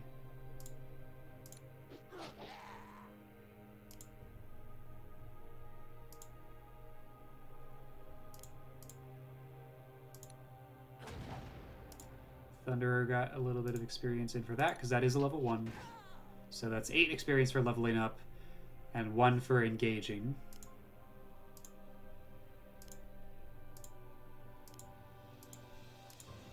The Griffin Riders aren't as good as I thought they might be down here.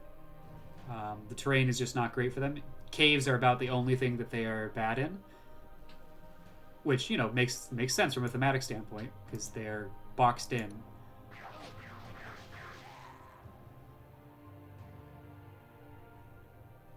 All right, we're just gonna stay here to give some healing to some folks. We're doing good. We do only have 26 turns left. Oh, look at that. Look at that, chat. This is our first Saurian that we have seen. They are Dragonkin, if I remember correctly.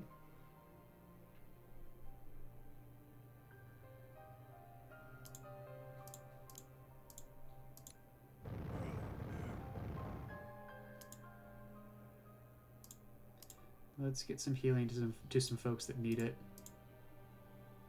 And otherwise, keep pushing.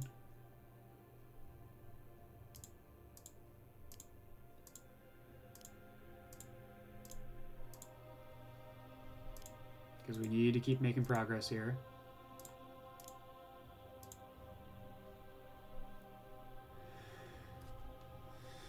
Alright.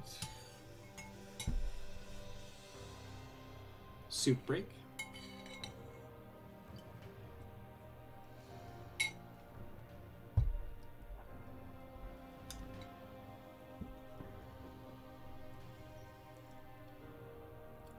Alrighty.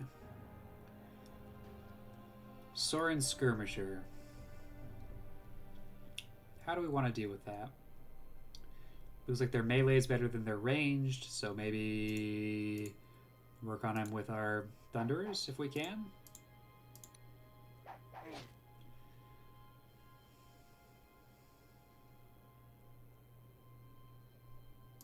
And then when that doesn't work, we have other units. That's too strong of an attack. That might be all we can do.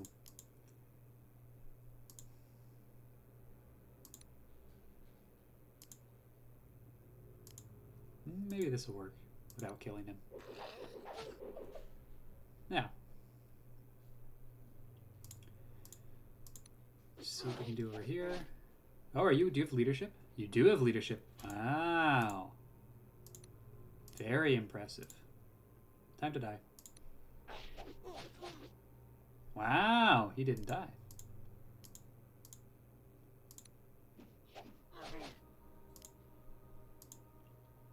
Those spearmen are doing nasty work on us, which is not what I like to see.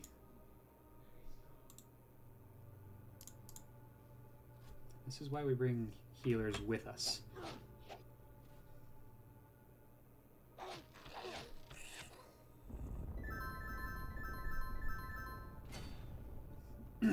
All right. No. Yes.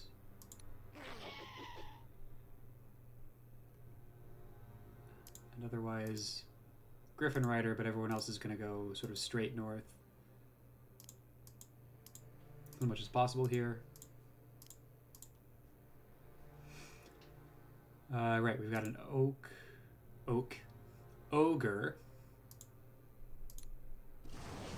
Ogres have a massive amount of hit points, which is why I started that off with Delphador there. The end goal here is probably to give the experience to one of the Thunderers if we can.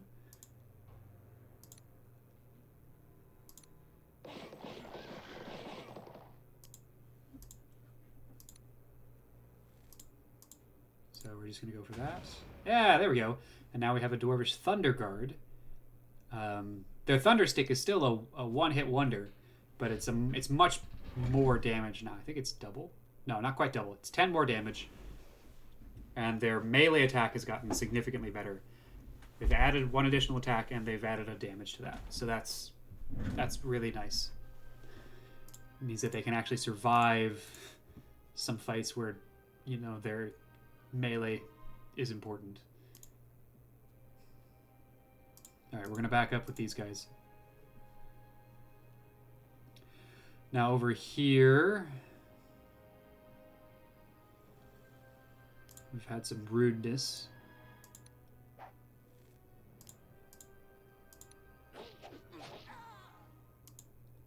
do that. Sort of soften him up with the fireball. And kill him with the fighter, who is now 1 experience away from leveling up. We'll get a healer front and center there.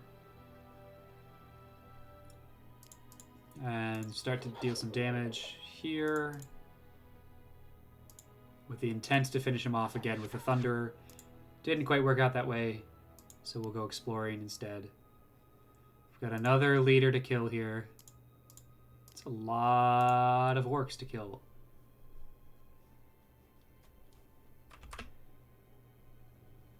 And you might be saying, James, why not just run away, run past them? The goal here is a Scepter of Fire.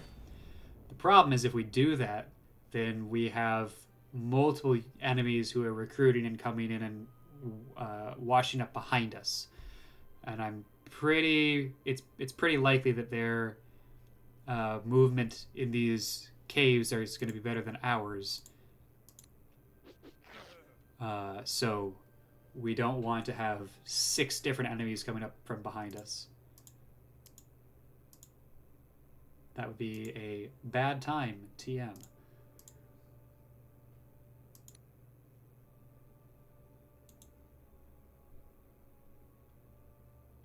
And actually, this is not great positioning, because I can't stream out with anyone who's not pretty significantly injured.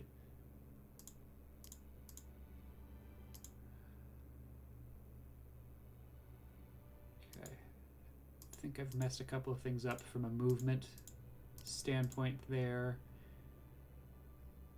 I'm not sure where you originated, but you should have ended up next to a healer, if that was at all possible.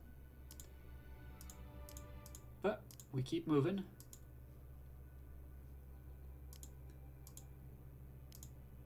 And we keep moving. Let's let Delphador rest and see what he can discover for us, if anything.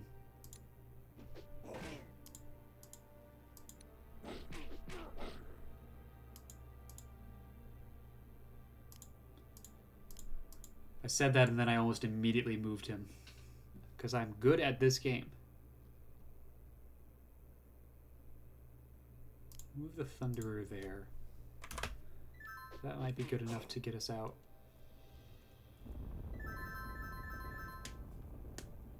Alright, Delphador says that the path to the scepter is northeast of him.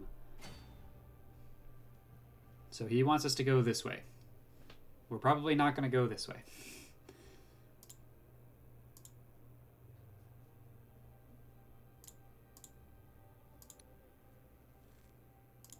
Thunder Guard. Nicely done there. Grab that house.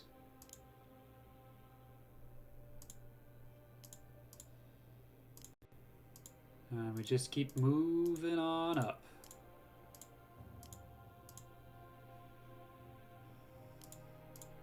These guys are getting caught behind.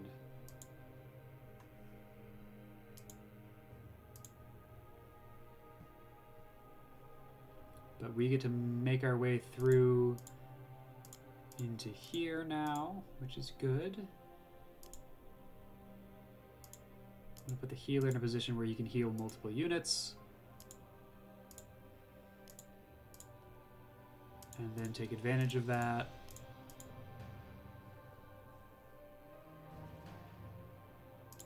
Let's move you past. We don't need all of these people coming right down there. Splitting into 2 small pods is dangerous. Oh my goodness. Ah! Alright, we lost a silver mage. They baited us. They totally baited us out. Wow. Look at that.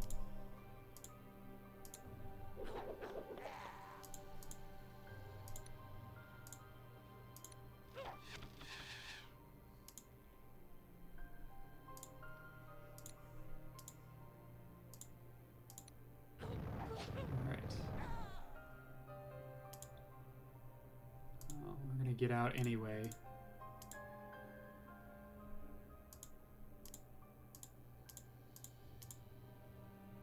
keep moving.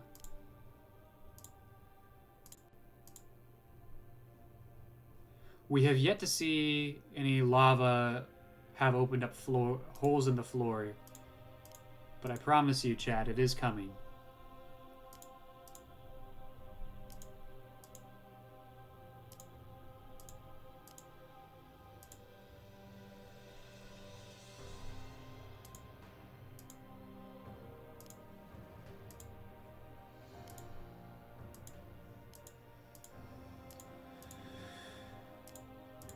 We're getting a little spread out here, but I want to explore as much of the map as we can so that we know what's available to us and what's not.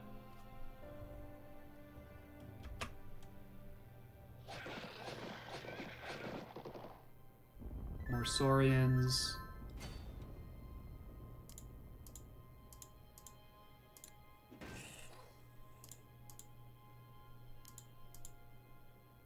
See, there's some lava. And lava tends to spread. Like, it'll expand from there. So the other areas of path around that are in danger of falling in.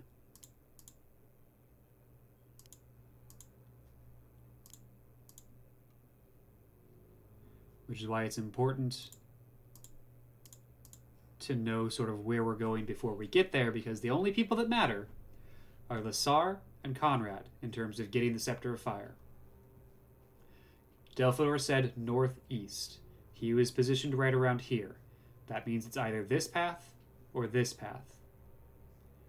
I'm choosing to believe it's this one.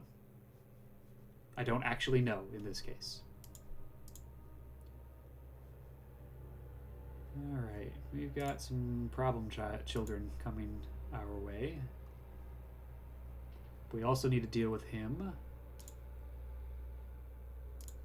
And you need to level up. Are you level 1? You are level 1. Okay.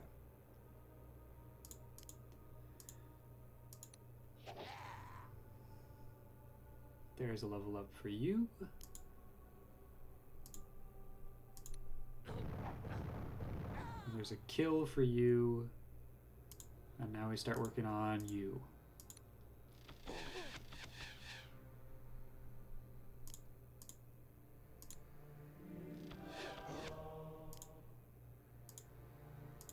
Let's figure out where everyone else can move. No, we're good, so we'll go next to the healer.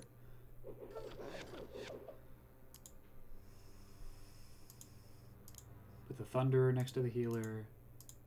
And keep her moving.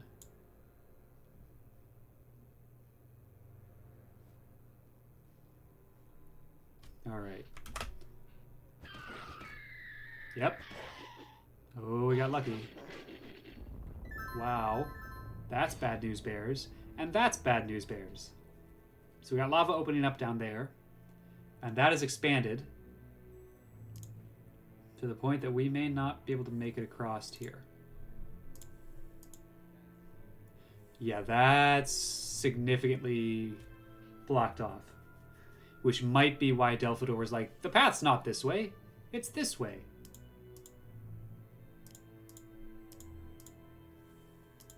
Backtracking will kill you in this mission.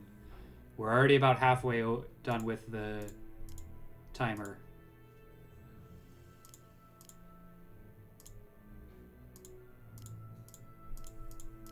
So we are going to backtrack, because I don't think we can get out that way. We'll send the Griffin Rider up just to make sure, but I think that's probably completely blocked off. Excuse me.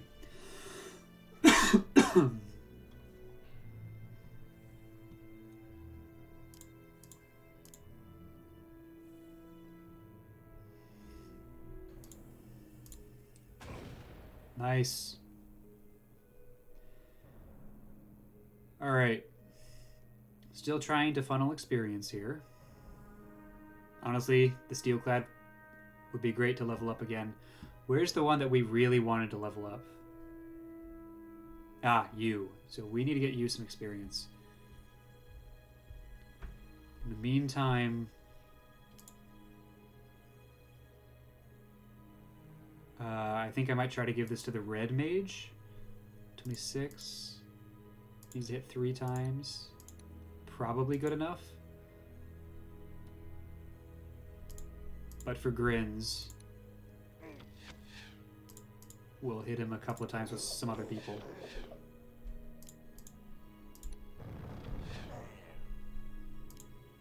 And then we just need to make sure that everyone else doesn't live. So that's a level 1, that's a level 0. Bring the steel clad in here. Excuse me.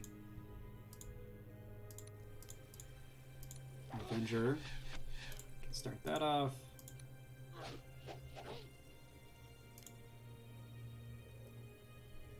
And then Conrad's actually going to start moving as well.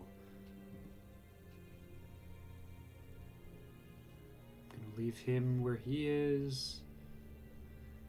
Alright. Everyone's in a reasonable position there. Yep. Well, that's expanding. We need to move. I think this is also expanding, so we're going to move. Alright, so it hadn't quite been blocked off, but that's dangerous.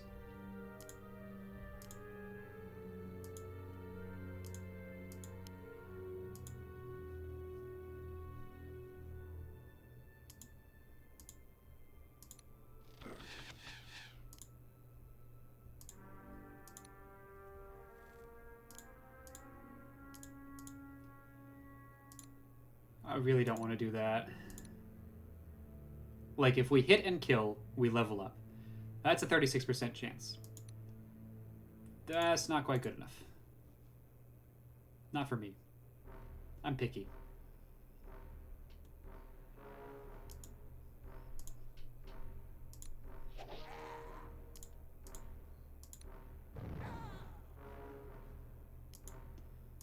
Alright, we gotta go.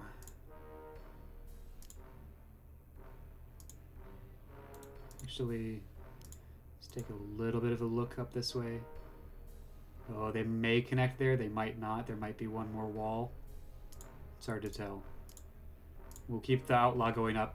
He's got good movement. But otherwise, we'll keep going this way. I hope that I am not terribly wrong. And I also hope that this doesn't get caught in lava, because then Lasar is going to have to backtrack completely. Which is not going to be good. You get one more turn on the village. Alright. Oh my god. We're losing our good units left and right here. Really don't like it.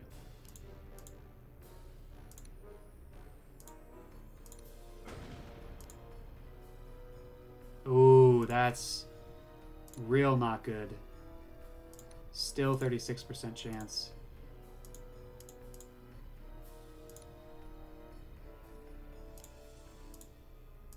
We got a little bit too separated. And now we're paying the price for that. They do not connect. They do connect. That was a roller coaster of emotions, chat.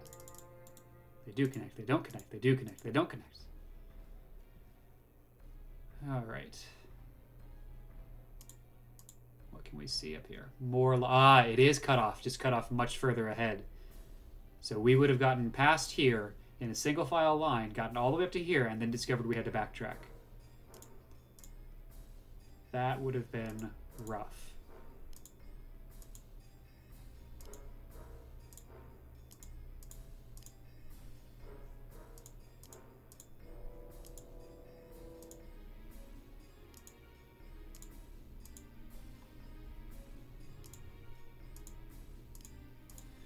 This definitely looks like it connects to a couple of other routes, so that's good.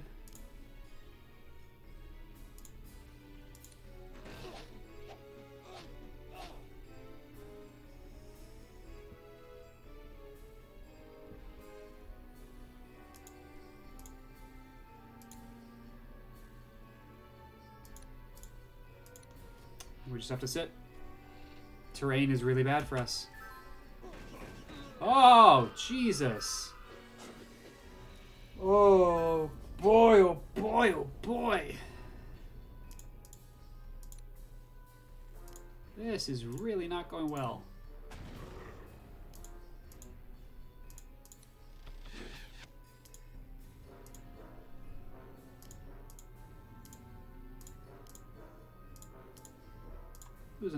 We are losing a bunch of units that I really did not anticipate losing. That came out of nowhere.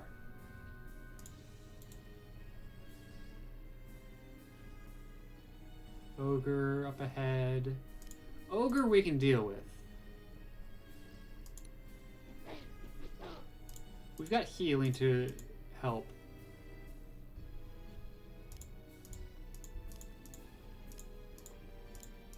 Alright, so we're taking this single file route up.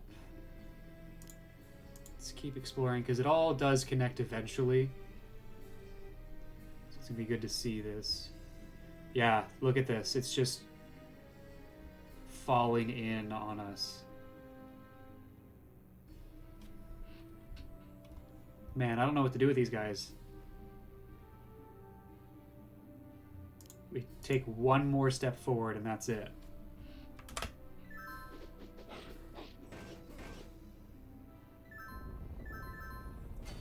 And now we see if we can... We can't get both of them on him.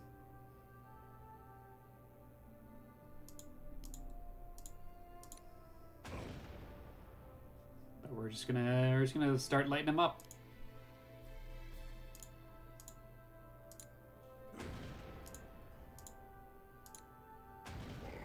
Very nice. You need to heal. And you need to be healed.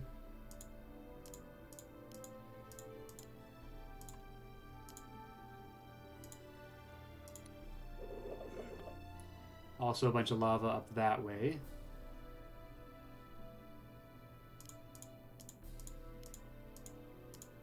Let's let Delphador rest again and see if he can discover something new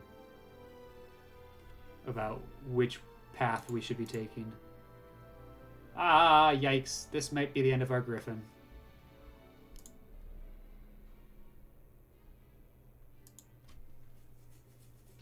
Alright, let's see how much damage you can do here. All of it. You can do all of the damage.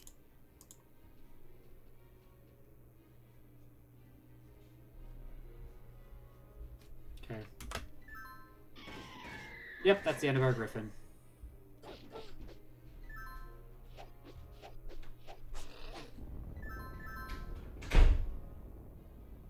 Ah, Delphador senses that the path to the scepter is south of him. So that's not good for Lassar. That means she's on the wrong path.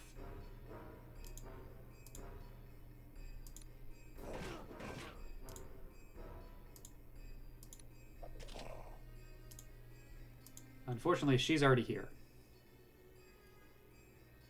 And I think that a bunch of things connect in enough places that we should be able to still maneuver her around wherever she needs to go.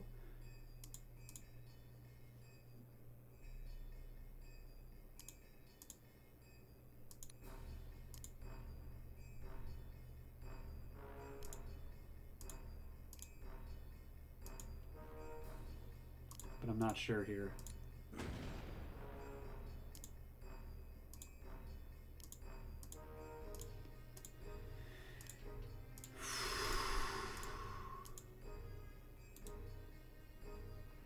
This is rough.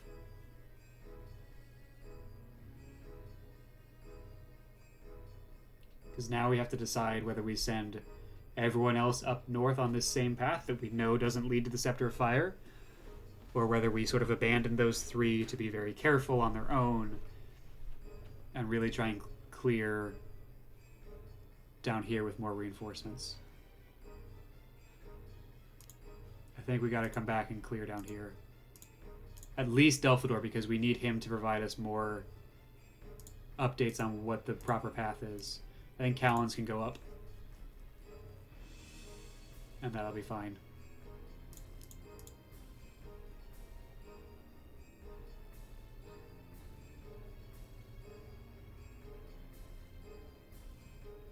Ooh, Skirmisher! No, I want you on a better defensive tile than that. Can't get back there. Okay, cool.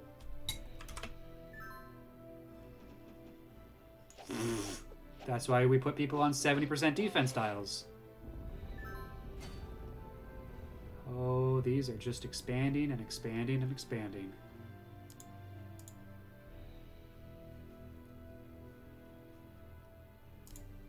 Alright, Delphador, you get to concentrate again on your next turn.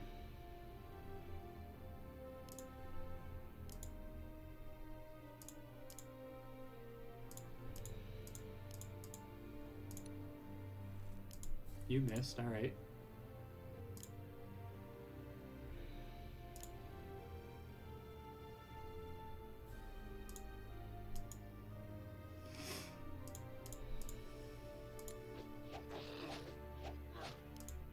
We do need another Silver Mage, so we'll funnel that way a little bit.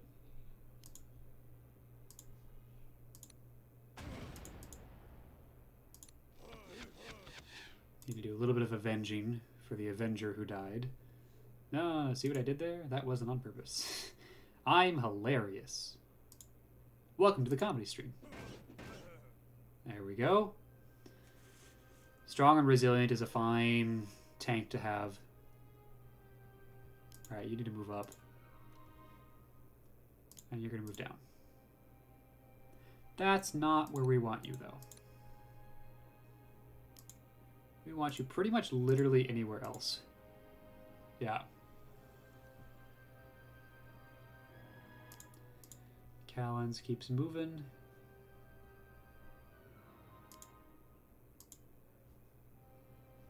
I'm guessing that that's blocked off, so we're going to go away from the lava.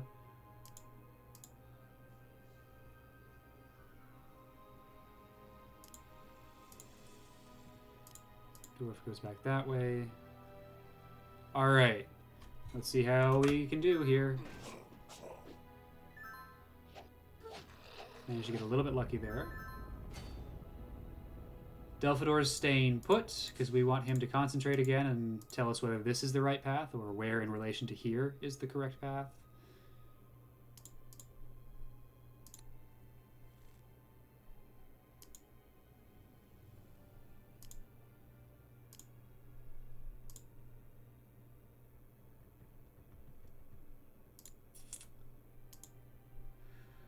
Oh boy. Oops, Delphador stays there.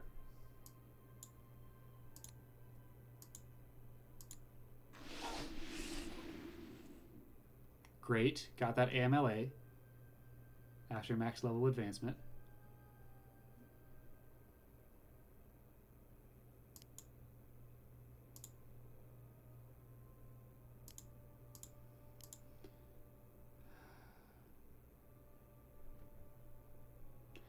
I'm gonna regret this, but we're gonna go for it. Yeah. I'm guessing it's this path that we need to take, but we might as well scout out. Oh, we already knew that path ends there, so we can single file up this way, or we can go this way, which probably meets up right here.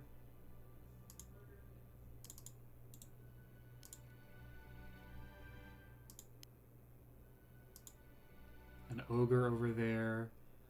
Nothing over here. I'm guessing that this curls around and they meet up right here.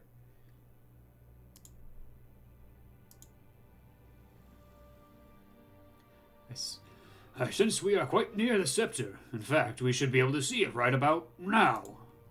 By we mean Lissar. And we cannot yet see it. But that means that it might be actually around here. Which is interesting. Which means we might not be in as bad of shape as I thought we might be.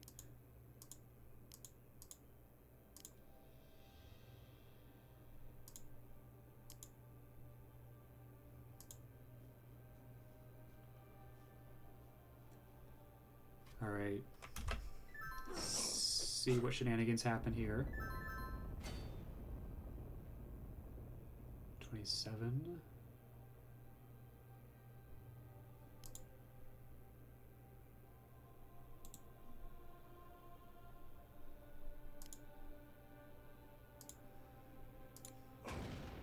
Nice.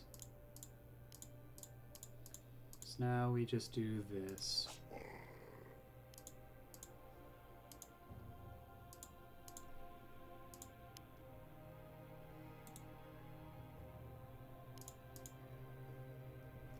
I think it's going to be this way that we want to go. Let's check. There it is. There's the Scepter of Fire. There it is, folks.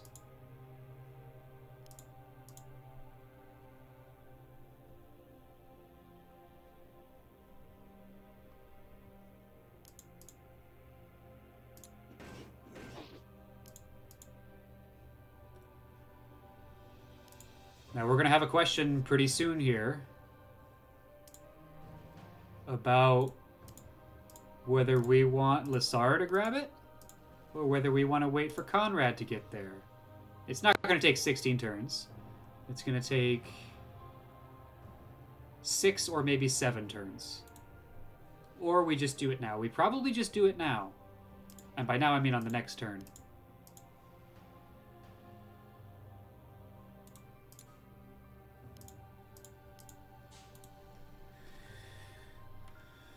Alright.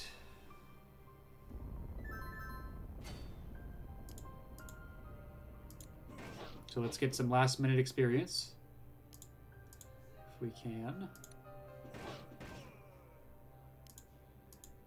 Last minute scouting, in case we have to actually get out of here.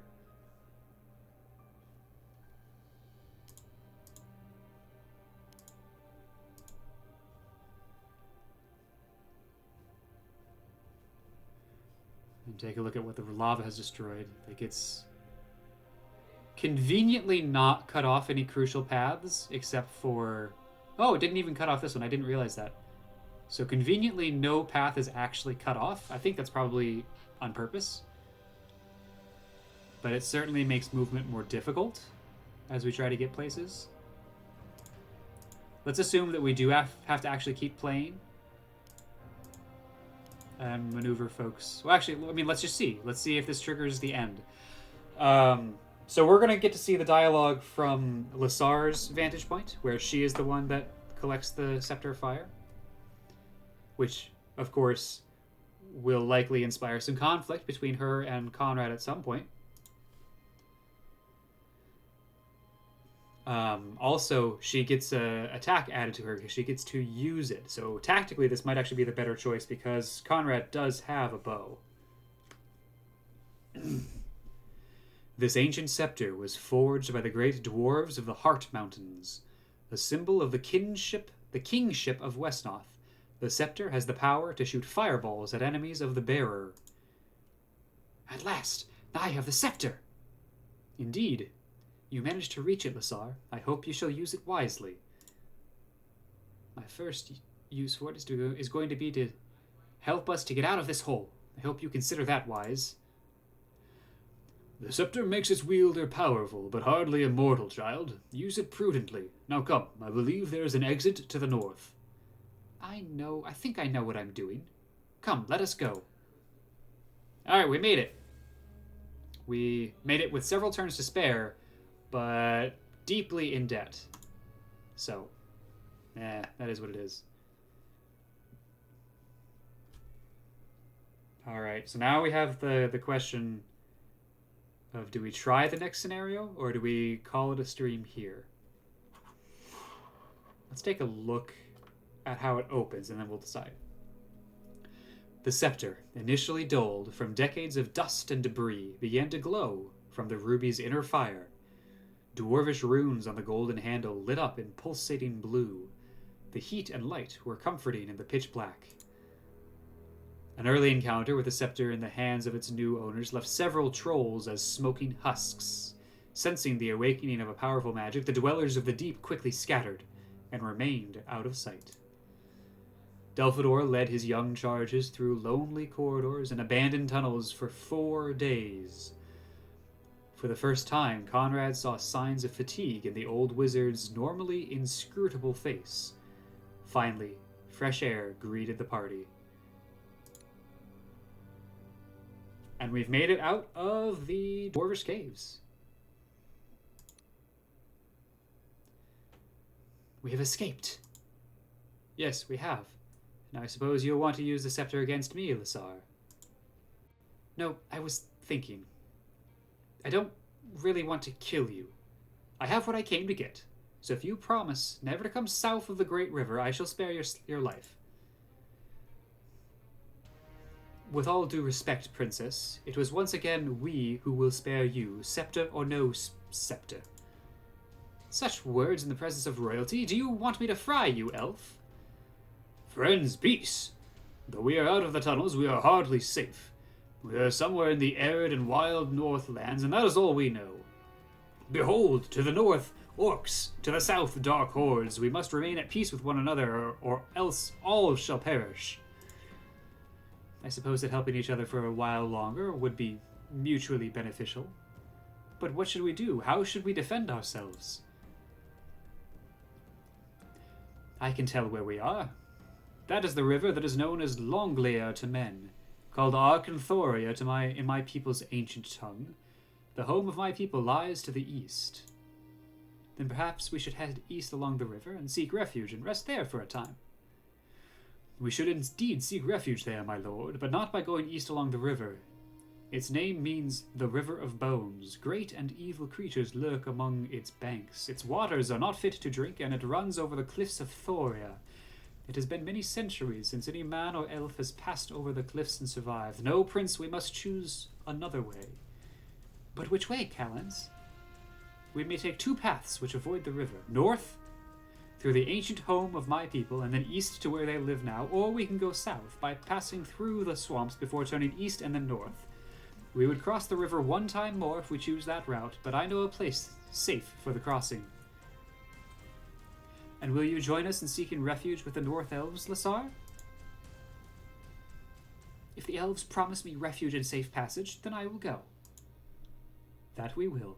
Even though you are the daughter of the Queen, our enemy, we shall not harm you on this encounter, for you have helped us. So we must choose. To the north, past the orcs, where lie ancient snow plains of the elves, or to the south, beyond the armies of the walking dead, where the dreaded swamps await. So we have 27 turns to defeat either one of the two enemy leaders, and whichever one we kill will determine which path we take. I think I am going to go ahead and end the stream a little bit early today, and we can discuss which path to take next time. Both have their advantages and disadvantages, and both lead to different paths, and it's very interesting.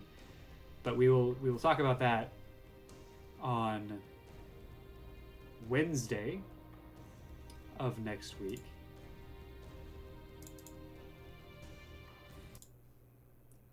Thanks for hanging out with me. If you don't already, make sure to give my channel a follow to see when I go live again, or just take a look at the schedule below. Giving a follow helps me out, but you can also just tune in whenever you want.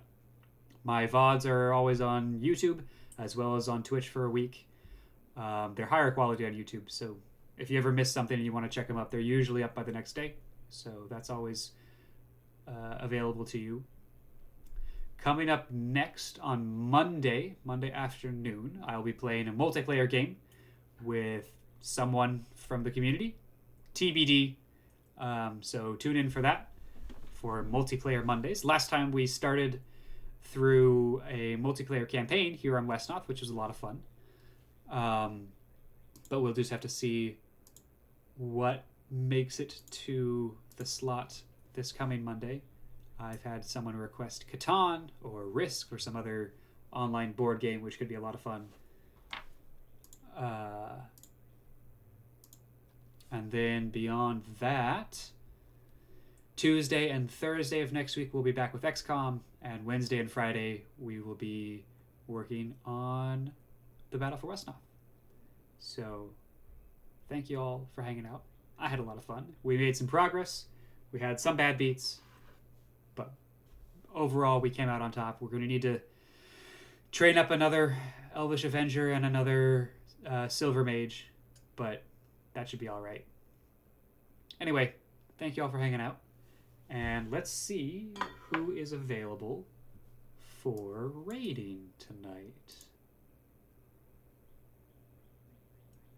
All right, looks like. Oh, that's right. Lure Loading Ready Run has been streaming a rerun marathon today of their Road Quest series, which I really enjoyed watching. Very well done, very funny, some great folks there, and it looks like their chat's pretty large right now. They got over 1,000 people watching that, so I think I'll send you off to them.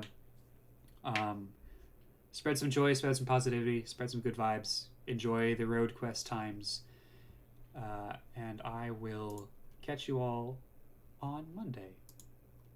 Thanks for hanging out, folks.